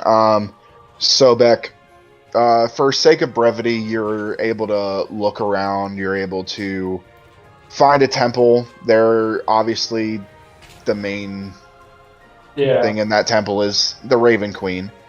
But there is nothing that would keep you from being able to sit there and find yourself. They actually created it's almost like a confessional, but it's solo. So there's a place for people to sit in there and close themselves off from other people, without being bothered. So you would know that you're able to go in there anytime you want. Would anybody like to find a room? Belva's to try and look for Yes. an armory. Okay, Something where so you can find all the weapons, if there's any cool or ancient weapons laying around. So you kind of are stumbling your way through. Every time you step into a new hallway or a new room, all the torches light with this blue flame. And as much as you've been around Syl and the Ravens, you still keep getting surprised by all these things. Like, there's so much secrecy and so much magic and all this stuff going on that for somebody as simple as you, who was just a fighter, that's all you did, that's all you knew, this whole thing is just mind-boggling to you. And so you venture through, and there's something... Roll a wisdom saving throw. Oh, geez. Alright. Wisdom saving. 16. Okay. There's something kind of nagging in the back of your head, and you're able to shake it off a bit, but as you kind of shake it off, it moves its way down into your chest, and you feel this tightness, almost like when if you've ever fallen off of a tree as a kid and that wind gets knocked out of you. You get this kind of, not a heart attack like, but this tightness, and you feel like something's drawing you to a specific direction, and you hear in your head, You kind of broke up there, Dean. What were you saying? follow your heart. Belva's just like, what the hell? Follow my heart. And your heart begins to out of your chest, almost like Acme style, or The Mask. Belva's is seriously flipping like, what the fuck? And so, are you gonna follow it? Yeah, if for no other reason, just So it doesn't hurt. I'm gonna say that it doesn't hurt. It's just this weird tightness. Elvis is gonna just follow just for the no other reason, just because he's probably afraid if he goes the opposite direction, the heart's gonna go the other way. So you begin to follow it, and it begins leading you in different directions. It's pumping forward, then pumping to the right. So you turn yourself to the right, kind of following it as quick as you can, so it doesn't rip out of your chest. And you begin making all of these turns, and then finally it, but it's not pumping out. It's just in your chest, and you're standing in front of a large wooden door. Elvis is like really breathing hard. He's like really trying to keep his cool and not have a panic attack. It's like you could have just. He's not really saying it to anyone in particular, but he knows that something is guiding him. He just kind of says, "You could have just said go this way," and then he just kind of opens the door or tries to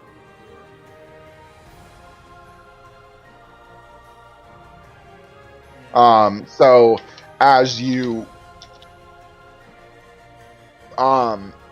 as you take and you open the door, it subsides. The tightness in your chest leaves you, and you look in and you see a large area of weapons and armor. And as you're looking around, one particular set of armor that is cast over what looks to be an old training dummy calls to you. Elvis, as he walks over to his head, cocky, just kind of like starts touching it and just getting a feel for what it is. As you look, you see a helmet that is this gunmetal black with a gold inlay that is what we know as the typical Roman gladiator helmet. Small slits for eyes, a small slit down the front. It goes and covers the chin and comes to a point, and also comes to a point just under the ears. The top, where we would know the large brush to be, instead is a small, almost like a little chimney. And you're not quite sure, but you every once in a while see these puffs of steam or smoke come out of it. On the chest, you see a large pauldron that on one side it comes up and covers the neck, and goes down to just above the elbow, made out of the same material. A leather strap goes across, and on the other side there's a large leather strap that goes over the shoulder, and then just past that, to go down the arm, is layered steel that goes down to the elbow. And then below, on the arms of this dummy, are these bracers that are made of the same steel, twisted. There are waves that are inscribed into it in gold. As it waves through, you see that there is a cloth piece that comes down with a leather strap, and then a large belt made of leather, and on the buckle, where you typically see the gladiator lion that we know, instead it's a raven, that the wings actually come out and form the belt. Goes down to the typical gladiator skirt almost, but it's tattered, and it is black and red. And instead of the normal cloth, it's raven feathers that go down. And then the same thing on the boots. They're all metal with a gold inlay. And instead of a lion at the knees, it is a raven that its wings wrap around and flow down and form into the sandals. And I'm going to send you essentially what it looks like. And I will send it to everybody else. That's essentially what Belvis is seeing. Belvis is now. Ooh. Yeah, Belvis is kind of just admiring this. And it's like, this is the champion. This is the armor of the champion of the world. And Belvis is kind of he's looking around and he's like. He just like, I think I'm gonna claim this for myself.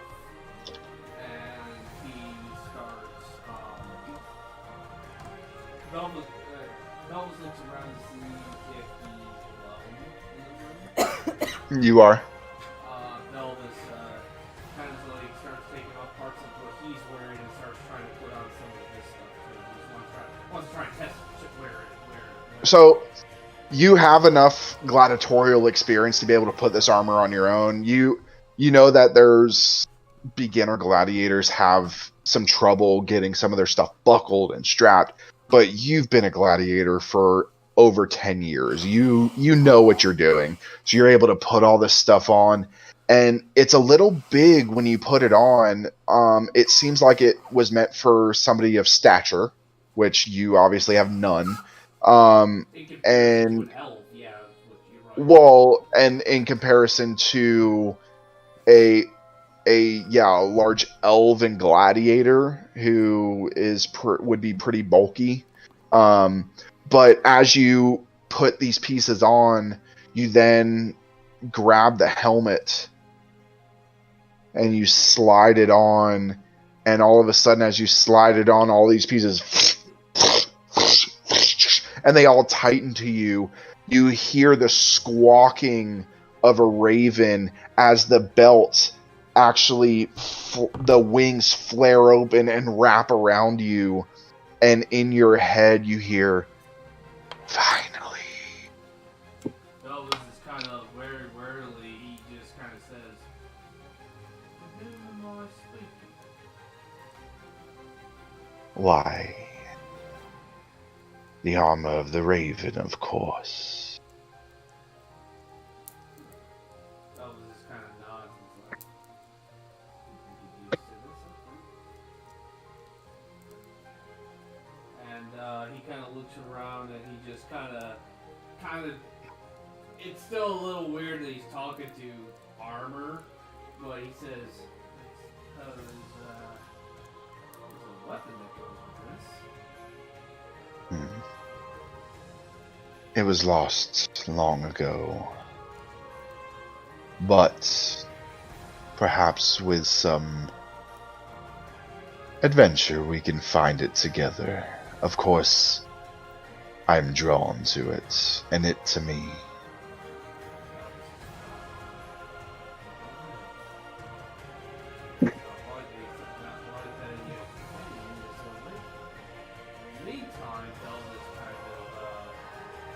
Obviously, Belvis took on stuff off that he was already wearing beforehand and just picks up his two short swords, the dagger of the ogre mage and his short sword. And he's like, "Anywhere down here I could put these two lovelies?"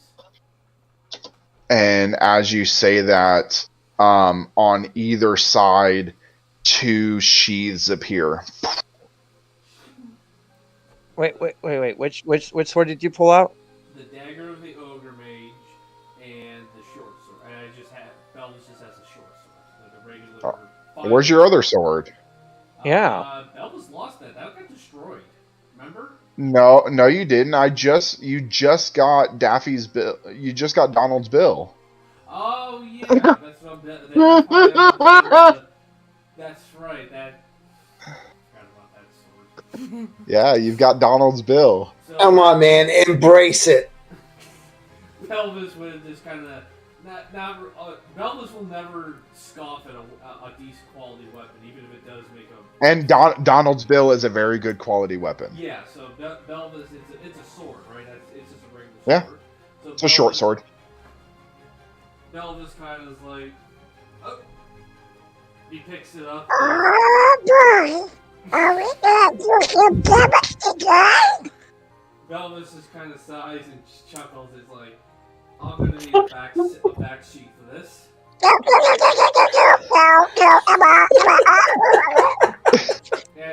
and a back sheet does appear, and then, but as you reach back there, you feel feathers.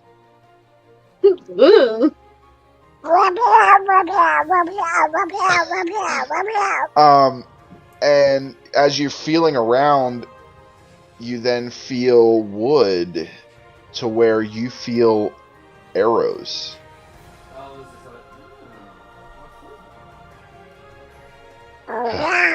No, it's my quiver. And he's like, It never runs out. Belvis also reaches for his quiver and says, and he's What? talking to the armor, but this one may not have unlimited, but it shoots different elemental arrows. So, as you place your quiver disappears. Oh, where'd it go? And then you go to reach for your bow, and your bow disappears. And then in your hand, a new bow appears, where the knocking point of where you will sit your arrow and knock your arrow is the beak of a raven, and the full part that it kind of comes up and does a slight recurve. It's a slight recurved bow, and those are wings of a raven. Belvis is kind of admiring it, and just look around, testing the string. It's good, And then you go to put it away, and it disappears from your hand. You are able to summon this bow using an action at any time, and it'll just appear in your hand. I will write all of this up for you, and put it in. There are a few things, and you notice though that quiver coincided with your quiver, so now this never-ending quiver is also an elemental quiver. They merged. Belvis Oh god. Belvis is very thoroughly impressed. He's like, Alma? And he kind of stops, like, do you have a name? I don't think it's probably just Alma. You can call me Raven. The benefactor. You can call me the benefactor. I'm all up in your juice right now. Everything and runs away. No, Belvis is really nice. Damn, he got a Why show did you have to too. ruin that, Aaron? Says, alright, Raven. I think you know and he I kind of want to look around the armory and see if there's any other special weapons, maybe for the rest of everybody, because These look like normal weapons. They're a mass amount of weapons that were designed for armies.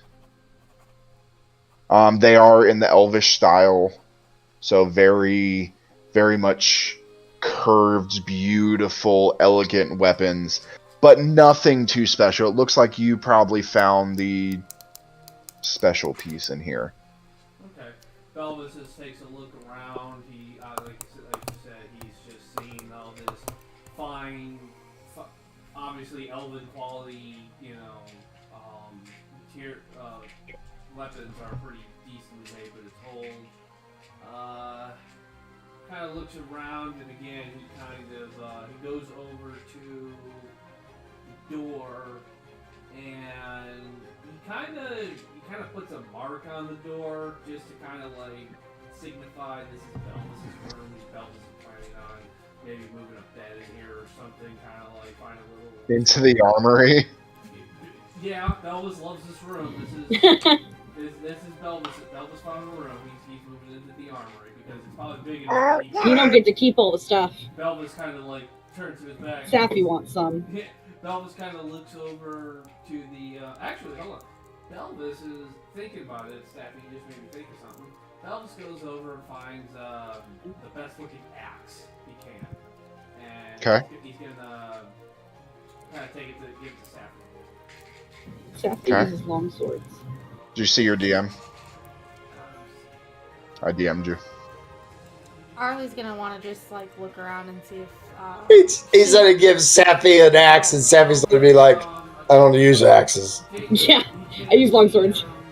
Takes the axe, and he doesn't really know what Sappy likes, so he just like, just a little bit of that. And he goes over to, kind of goes to the door, closes the door, and he's like, pulls out his dagger. He tries to jump up and just the top of the door so he can mark it. And as you jump up, there are these like this imprint of on the both shoulder pads. There are these imprint of raven wings that puff out, and they lift you up. So what you're saying is he's now a flying fish. Yes. He's a freaking bitch. Perfect. I'm so proud of you, man. Belvis is kind of like. And as you mark the door, the feathers go away, and you start to fall, and you kind of like instinctively put your hands down, and the inlay of water that is surrounding pushes out of the bracers almost in a jet stream and kind of balances you as you're able to take yourself onto the floor. And you get the idea that you would be able to use this water to be a projectile as well. And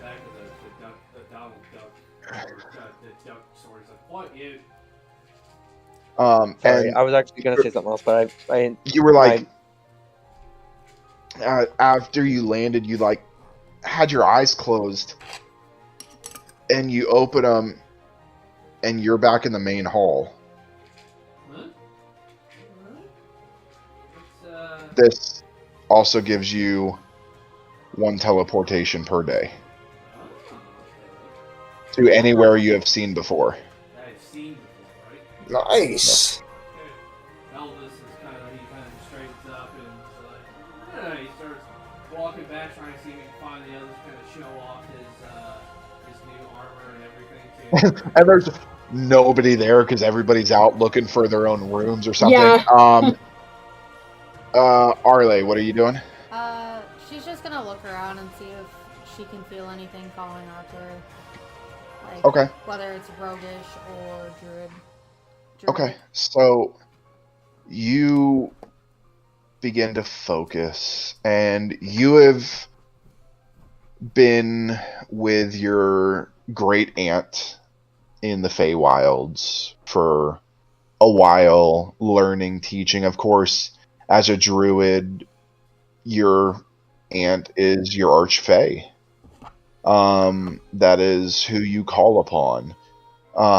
And they taught you a lot, albeit they're new at the druid, but they taught you an awful lot. And as you close your eyes as you're walking, kind of running your hands across the walls, feeling the wet stone that is older than anything you felt before. You can feel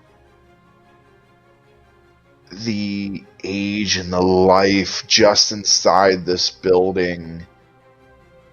And as you focus, you feel something pulling towards you, and you begin to reach your hand out, eyes still closed as you walk forward. Not knowing where you're going, somehow you're able to traverse the different angles of the walls before you come to two large glass doors. You feel it, and you feel the surge of energy. As you open your eyes, you see the glass, and you instinctively push. And as you open, this humidity hits you suddenly, and it kind of makes you stumble back a bit. And then you inhale, and you get the scent of an arboretum. As you walk in, there are trees and flowers and plants. And then you walk around the other side to the other half, and things are withered. There are mounds of dirt. There are fungus growing out of various parts. And you realize that it wasn't the green side that was calling to you. It was the side of death. As you reach down and dig your fingers into the dirt, you feel the presence of another circle of spores druid. As their face flashes in, and you see that it is, in fact, Vezin, who you suspected. And as you bring your fingers out of the dirt, you go to brush them off, but the blackness on the fingertips stays. You touch them, and there's no feeling. You then reach your other hand in, feel the surge as you do the same thing, and there's no feeling to the fingertips. The blackness, the necrotic energy that is in this room. You see this fungus that, being in the Feywild, you've seen many plants, many fungi before, but this is something you haven't seen. And there's... Actually, I need you to make a wisdom saving throw. Oh, yeah. 30, 21? You're a wisdom caster. I don't know why you were worried. Well, we all know how much I suck at rolling, Well, it does not matter for this character. I designed this character very well. So you, instead of instinctively grabbing it, you ponder it for a bit, kind of study it, and you realize that to somebody else, this would probably be very harmful. But to you, it's not. That urge that was in your head originally that you shook off told you to eat it. But you shook it off. Are you going to follow that urge or not? Fuck it, yeah. I'm gonna follow the urge. Okay. So you reach in, grab this fungus that almost like the stem of it starts to crumble in your hand as you take a big bite of this mushroom. you die. I'm kidding. I was gonna say, so- dude. You take a big bite of this mushroom as you release the mushroom and let it drop, and as it begins to fall, it turns into these spores and falls to the ground. You're chewing it, and then you swallow it, and as it goes down, you feel this slight tingle in your chest and then down into your stomach, and you're not quite sure what it is, and you look up and you get the sense that this is probably hallucinogenic as you look up and you see this little orb flickering above you. She's gonna reach up and try to grab it. So you go to grab it and it moves further. She's gonna follow the orb. Okay, so you go to reach up, and as you do, a vine goes from your hand, almost like Peter Parker webs coming out of your hand, and goes to grab it, and then it sucks back in, and the orb flies somewhere else. And you continue to try and follow the orb, and these vines are going through, and the orb goes up higher above a tree, and as you reach up, the vine goes up, wraps around the branch, and pulls you up. You kind of fly up, and you land on the branch. The orb's gone. And you kind of come to your senses, and you look down, and you're about 50 feet in the air, standing on a branch. Pretty thick branch, so it's not going to break. Atheon Arle looks down and is like, ah, shit. So she's going to cast.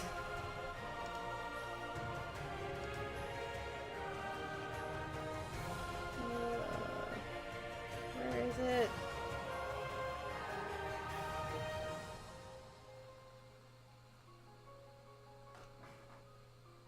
Sorry, I need to find where it is. If you would like, I can just talk about how you get down. Yeah, So you don't have to well, I was cast. gonna So you don't have to. So you don't have to trans- cast anything. Transport plant via plant. Well, your new power Yeah. can get you down. Wither and Bloom too, right? No, not that one. No, the one you just got right now. So that I will be building this new spell for you. It's called Vine Webs. So you just instinctively throw your hands out, and these vines come out of your hands and form an intricate web of vines that you're able to jump into, and they kind of support you as they spring back, and then they wither and die as you land on the ground.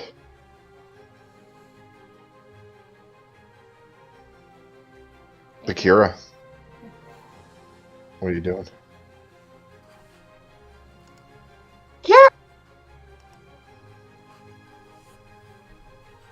Bakira is. You know what? Bakira doesn't know what the fuck she's doing. She's in this ancient place that she doesn't know jack shit. She was probably following Van. To be perfectly honest, she was probably following Van. Okay, Because she's so just like, I am lost. we'll kind of go back and say that you were with Van through all of that. You were able to fit through, even though it's a little bit of a tighter squeeze for you. We'll go back and say that you were able to follow Van for all of that. Sobek, you after finding the temple, is there anything else you would like to do? He would want to reach out in all his energy, see what he can see, anything that calls to him. Okay. So you kind of seat yourself into, like I said, this almost like a confessional. There's a soft bench just really odd. Most everything in here is wood or stone. For some reason, somehow this is soft. Looks like they layered it because you get the sense that people probably spend a lot of time in here. There are candles that you can light. There is some incense that you'd be able to light if you would like. Yeah, he probably would, just to make himself Okay. comfortable. So you take your tinderbox and you're able to light all of this stuff. You sit Indian style in a meditative stance, and you begin to focus deep in yourself, and you get these visions of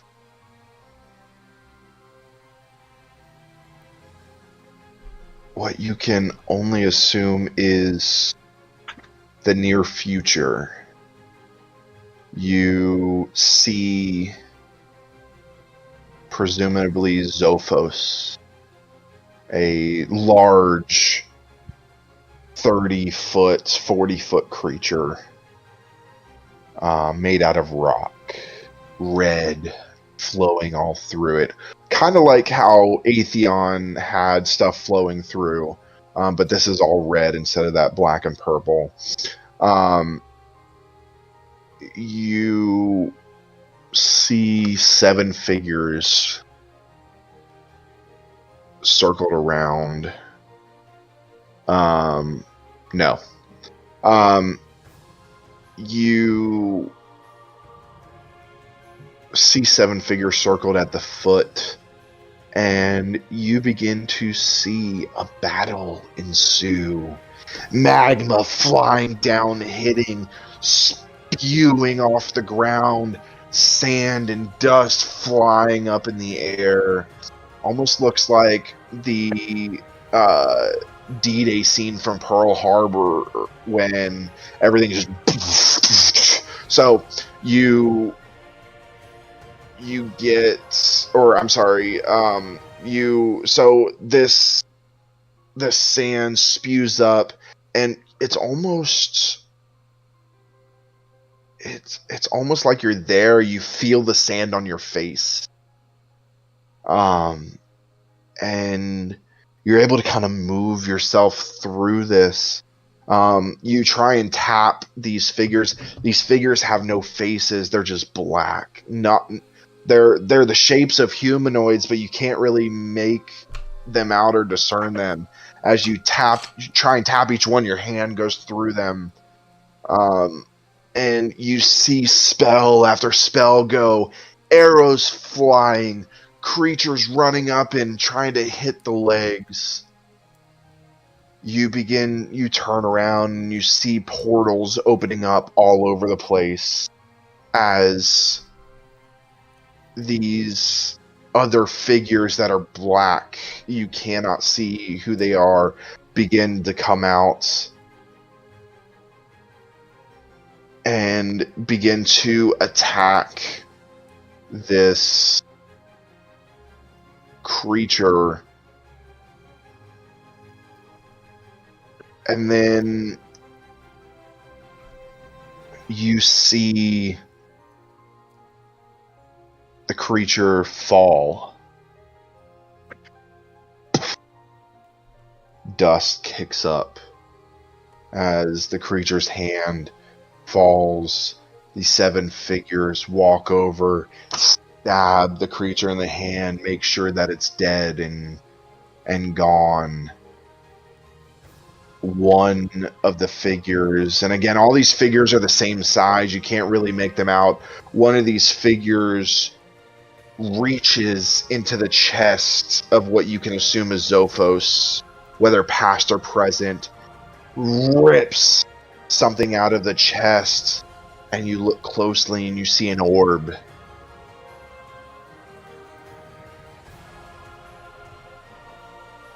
And then your vision goes white.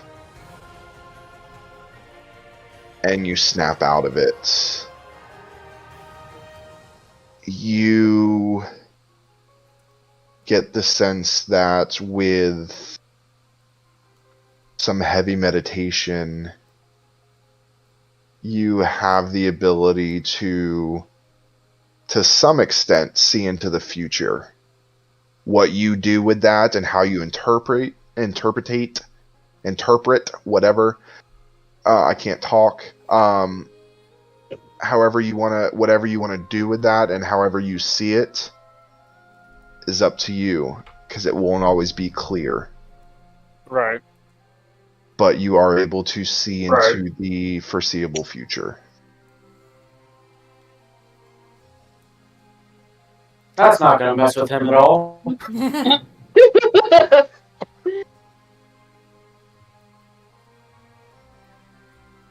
Safi, Yes. what are you doing? She's just kind of walking until she finds something that interests her. Okay. Walk through up walls. No, you were pretty deep in, and Safi's kind of gone off on their own. So Safi, you just begin to wander, kind of brushing your hands along the doors until you just get this sense of, I need to go in here. And as you do, you kind of stop at a door on your right. Simple wooden door, just like all the ones before it, but something is calling you there. I'll open it. You open it, and you kind of tilt your head a bit as you see two figures sitting in this room. Their backs towards you. So they're facing the wall. She calls out, "Hello?" No answer. She walks towards them. Okay. Puts her hand on their shoulders and try to flip them over to face her. As you do that, you place your hands and you spin them around, and to your left, you see a familiar tiefling, and to your right, you see a familiar human. As you see their throats slit from ear to ear, as you see your parents for the first time. And that's where we're going to end tonight. Oh. What the fuck? What? We would like to thank everybody for joining. This was my god! a great RP session, especially compared to last week. Yeah. I'm glad everybody survived. And we want to thank everybody for being with us. Please check out all our social media. Please like, share, subscribe. Get us out there. Our goal is by Campaign 2 to have a big platform where we can do this for a lot of people and with a lot of people, and bring some money in so we can help some charities. We want to start donating to some charities, veterans organizations, things like that. So please share us out. And yeah, so tune in on Sunday to see what happens and see more of the keep. More of, I guess, what's going to be, according to what Charlie has planned was going to be a school at some point, apparently. So tune in for that. So we will see you next week as we roll the damn dice. Good night, everybody. Bye. Bye.